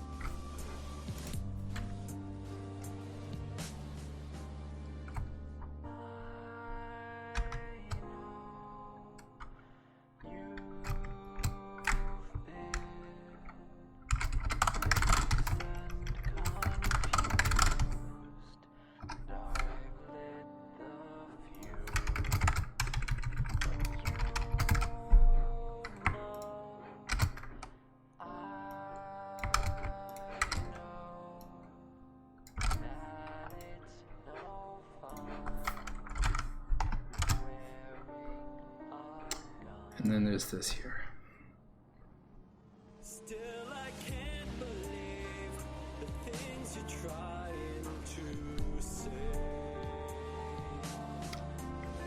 Hey Synchron. So you're asking, why am I doing an immediately invoked lambda here, right?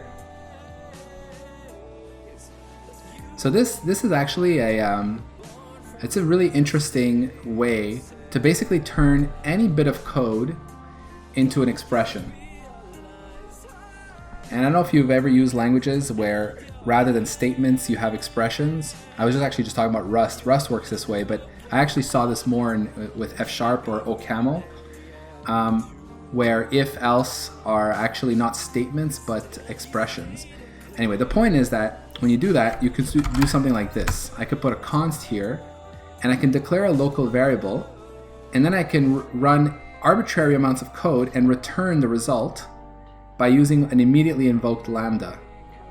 That's what this is called. In fact, it's a pattern that's used a lot in JavaScript as well.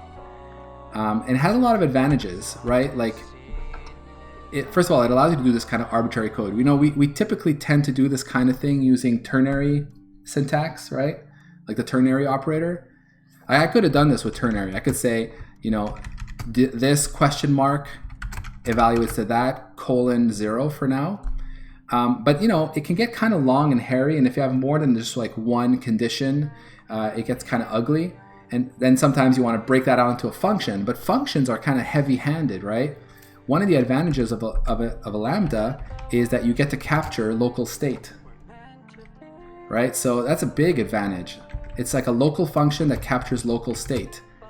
And then you could do this and you immediately invoke it, and this actually compiles to what you would expect. It will just compile to running this if and assigning the value of volume to this or to 0.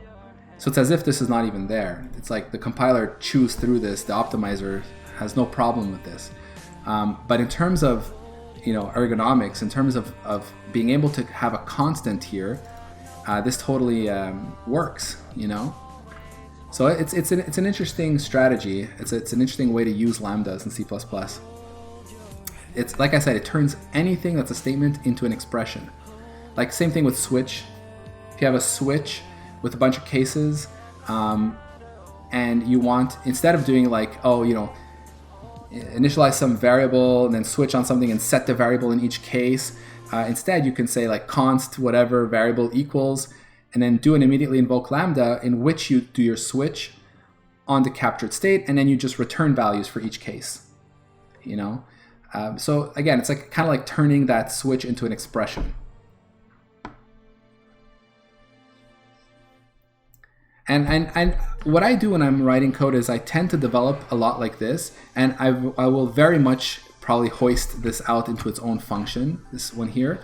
But while I'm developing, it's just so much easier for me to work it out without having to create, a function, go modify a header file, then come back and then, I forgot some parameters, go back in the header, add the parameters, duplicate them in the CPP, keep working, keep compiling, touching the header compiles other files that include it, right? Just for iteration's sake, I like to use lambdas because I know that I'm working just solely in this piece of code in the CPP file, and I'm effectively developing, in the case of sample here, I'm developing a member function.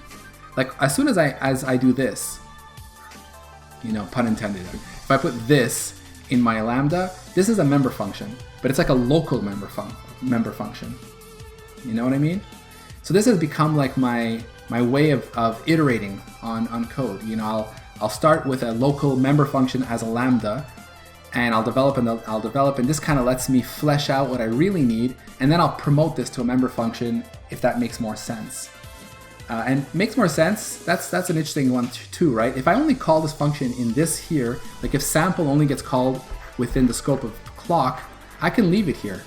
But there's kind of like a threshold to like understanding code to how big the lambda is. If it really is big like this, I'll hoist it out into its own member function by the time I'm done with it, just for like clarity's sake, even though it's not used anywhere else. It's technically scoping it to this function it makes sense because it's the only place I'll call it, but like I said, it crosses a certain threshold of like being able to understand the code. So I might like just move it out. You know what I mean?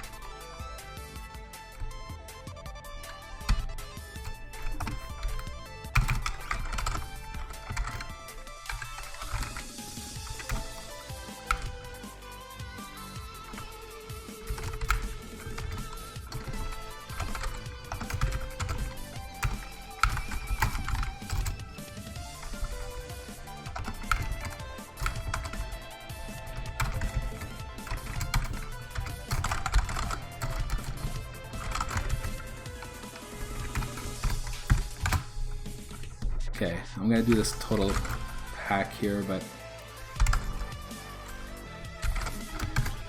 you know what I'm gonna do? I'm gonna do it like this.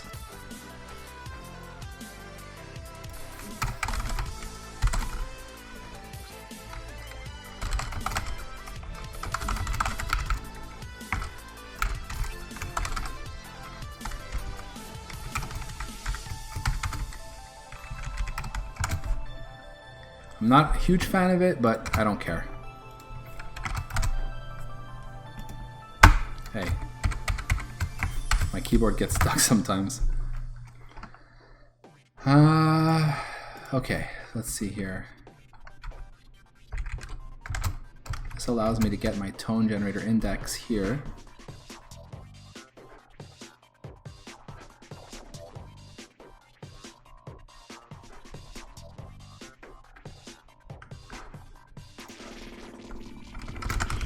This is more like a sample channel function. It will return a value in 0 to 1. And then the idea would be to go something like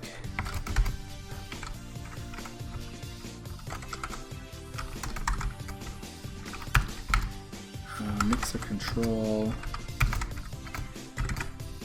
Yeah, you know what? I'll add some assertions for the other things as well.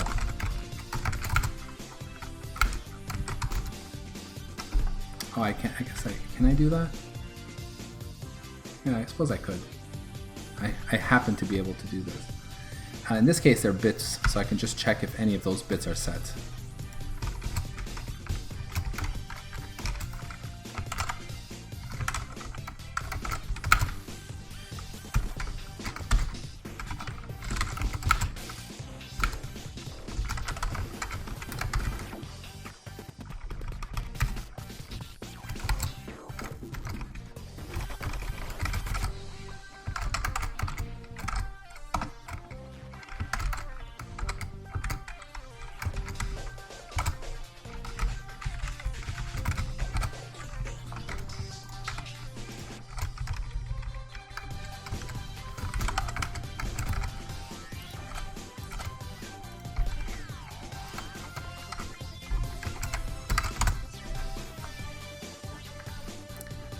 I have to say, like, you know, the whole thing I was saying earlier about developing a member function in a lambda like this, when I'm working in code bases, like at work we use Unreal Engine 4, where compile times can be atrociously long if you touch header files.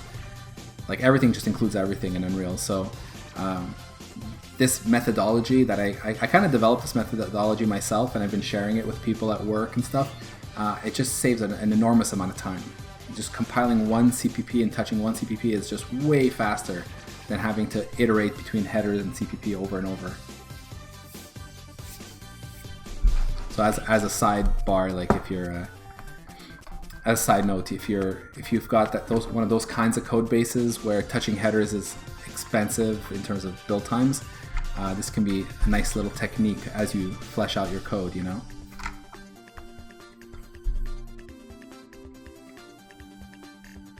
It's not so much the case though in this code base. Like, it's not enough files really. That's like the entire project is here. It's like, I don't know, 30, 40 files, and it builds pretty fast. But For me, it's more about the annoyance of having to add, having to keep adding parameters on both sides. That's something I just don't like about C++. The whole splitting of headers and CPPs. And like no other language really has it, right? It's really nice how in other languages you just write your code in one place once.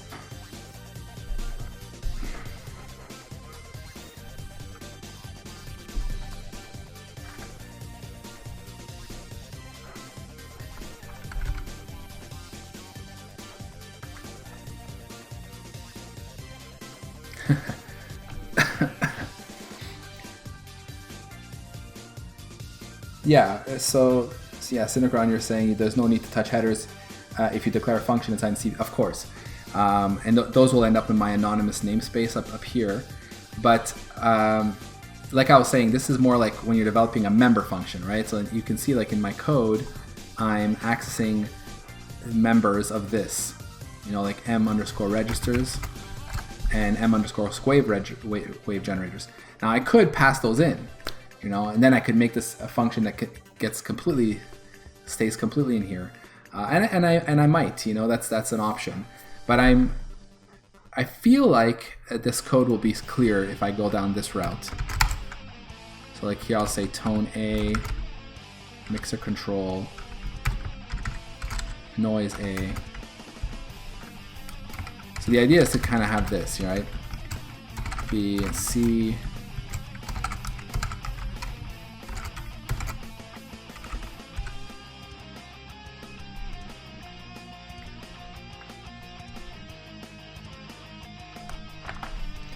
Right, and then so what do I want to do here? Again, to come back to the whole like averaging thing.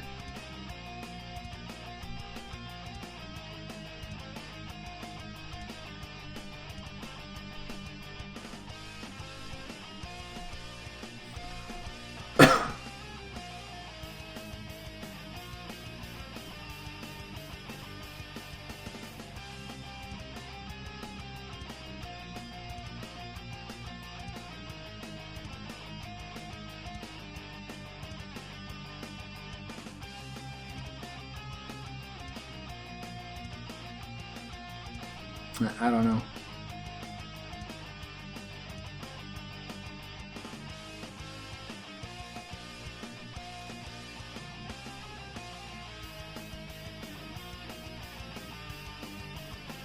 Part of me feels like maybe I should just forget about averaging. I mean, sorry, not forget about it, but not doing the conditional averaging.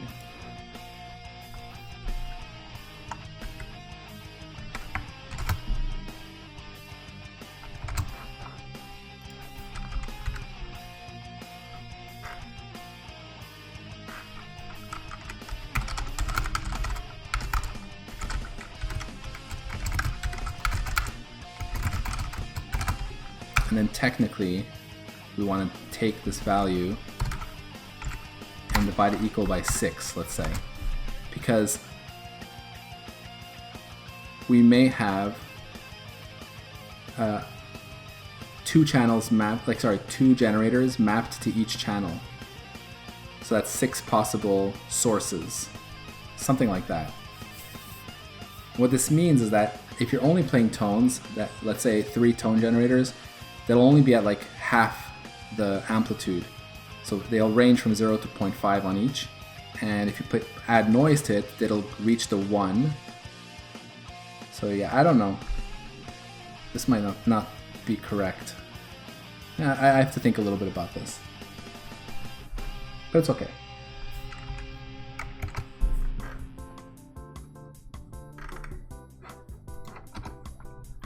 Alright, so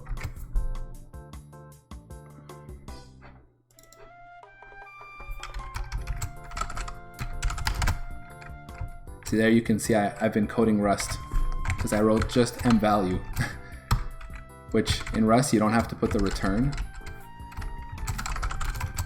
The last expression is the one that gets returned. So I'm going to be starting to get all confused, but while I'm learning Rust and writing in C++ at the same time, I'll be making all these mistakes.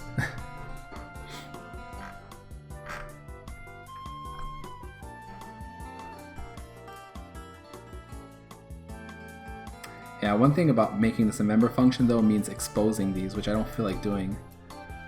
So maybe I will go down the route of making this like a pure function that you pass in what you need.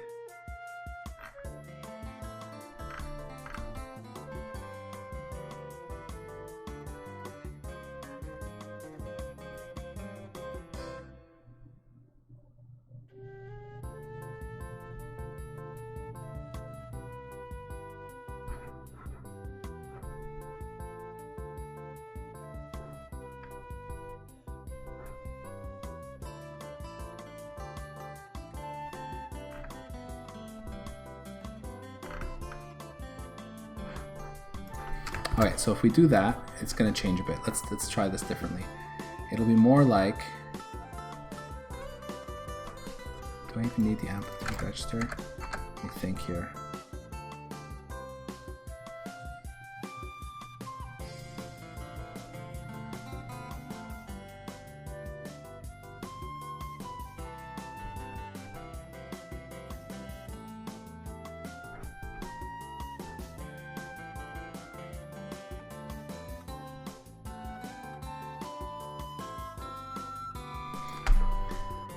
Do I know any good dev laptops? I don't really. I bought a Lenovo Yoga, what was it again? The Yoga 3? I think so.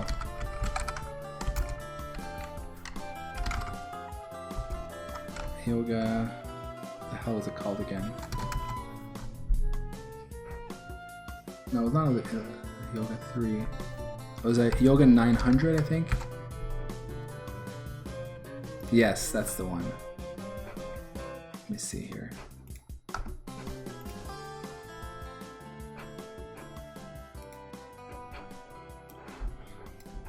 So I bought this thing.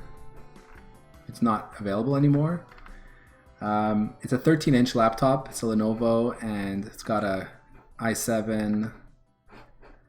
It's got this kind of cool hinge, touchscreen, and all that. I like it, but I don't love it. So it is thin, it is light, it is portable, it is pretty powerful. Has a decent battery. Screen is really nice, high resolution. Forget what the res is, but it's here, 3200 by 1800. My one main issue with this laptop is that it isn't quiet. It says cool and quiet here, but that's really not true. Despite all my efforts, you know, and I've made many efforts to try and like shut down all these services that on Windows, and Windows 10, there's just so many things, you know, that run in the background, the antivirus scanner, the Windows updates. I've had to basically turn all that stuff off. Otherwise, as soon as, you know, these things run and my CPU goes over 30%, the fans turn on and it's just annoyingly loud. And it gets hot. It gets really hot. Now, maybe if you're working in a loud environment or like a normal noisy environment, like work or something, you wouldn't even notice. But I use my laptop, you know, in a quiet room in my bedroom or something, and like it's silent, and then I've got this super loud fan and it's hot on my legs, and at least for that use case, I'd say it's not great. But for everything else, it's been pretty nice. It's pretty fast, it's light, it's portable. I like the hinge. I like that you can twist it the wrong way and use it as a tablet. The touchscreen is really nice, like I said, you know. So it's pretty good.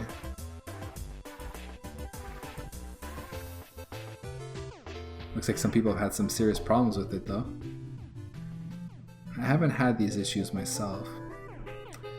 Anyway, so maybe don't take advice from me. But this is an old laptop, like it doesn't exist anymore, the Yoga 900. It's a couple years old.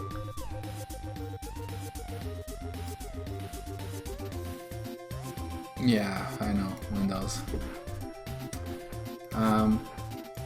Yeah, this was not a cheap laptop, that's for sure.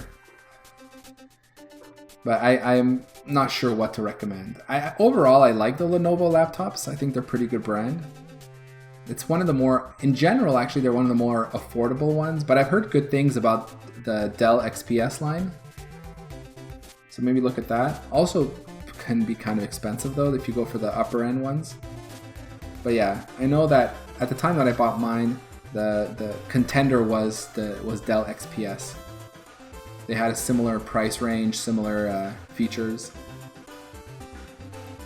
But I went for the Lenovo because I preferred the form factor and the fact that it flipped the other way, whereas the Dell didn't, at least at the time.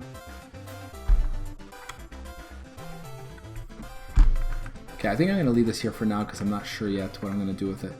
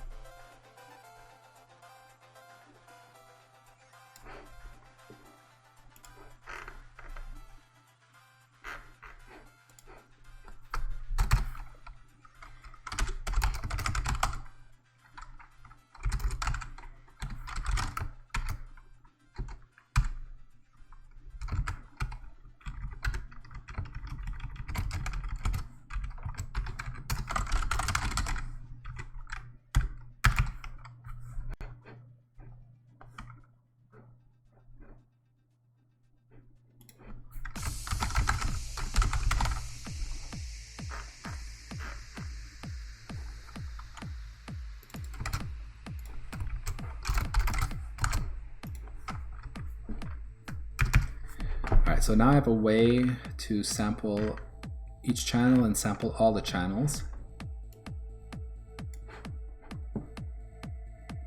Oh, hey, Cyrorter.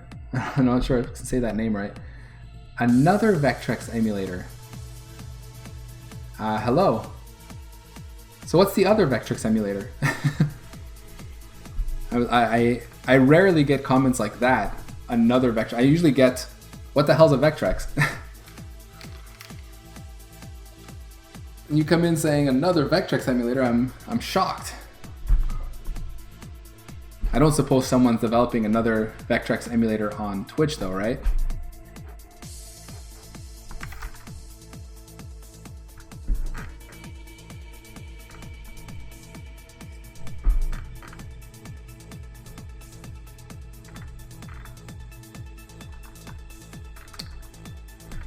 So what do I want to do now is, I guess I'm at the point where, let me so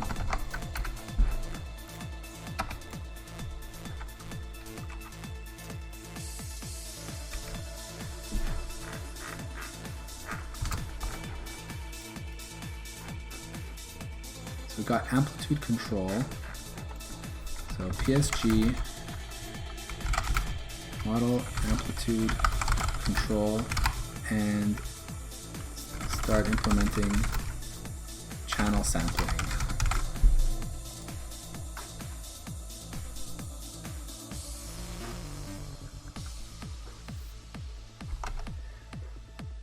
All right.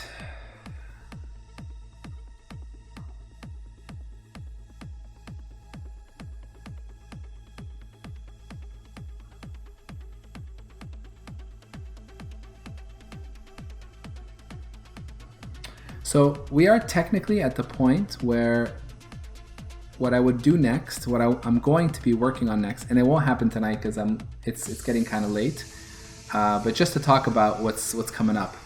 So what's gonna be next is I have this audio driver, this SDL audio driver, and the idea is, so this is the thing that kind of wraps up and abstracts or takes care of all the details of, you know, sending the samples in a buffer to the audio driver. So yeah, it's not too bad in terms of complexity, but you know, you set a sample rate on it and a number of channels and all that. You create the audio device, and there's a lot of SDL code in here. It's just the way it works. But the goal is that you have to populate. See, what I do is I have this M samples here. this circular buffer. And then the idea is to try to fill in the circular buffer fast enough, so at the rate that you specified, like say 44.1. And there's an audio callback that's going to be called periodically from the audio driver, and it's going to say, I'm going to be reading from this byte stream. I need samples for to play back audio. So my goal will be to kind of fill up this buffer fast enough for audio to play. So it's not completely trivial. I did it in my NES emulator, but I had a different way to manage frames and time, so it's going to be interesting getting this to work. But what I have to do is pass the audio driver down to the PSG, and then when it's time to sample, so I'm going to have to like do basically resampling, because the way we sample, like we can sample audio on the Vectrex way faster. Like these chips basically produce samples way faster than what I need to provide for the audio sound card, right? So I'm going to be sampling this, and then when a certain threshold of time is elapsed, I need to then take the accumulated average samples that I've been building so far, and then pass that down to the audio driver and add a discrete sample for the audio driver at a frequency of 44,100 samples per second. So that's basically what's next. So I'm going to try to hook that up next week when I resume this on Tuesday, it should be. And hopefully we will actually hear these tone generators. We don't have noise yet, but tone modulated by amplitude. So if I coded this correctly, we'll hear that. Either we'll hear through the sound card, or what I might also do is, I think I have some code here, yeah. If I have some trouble with the timing stuff for the sound card, and I have this mode where I output the raw audio file to, I output the raw audio to a file stream. So yeah, I open a file and I just write to that, rather than try to play back on the sound card, and then we can listen to it in a sound editor just to see if it actually sounds right, and then we can work on timing and stuff like that. So that's what's coming up. I'm gonna stop here. Let me just push this up in case anybody wants to take a look at this code. So thanks everyone for watching. And yeah, if you want to see this next Tuesday, I should be back at it. So thanks a lot, and catch you next time.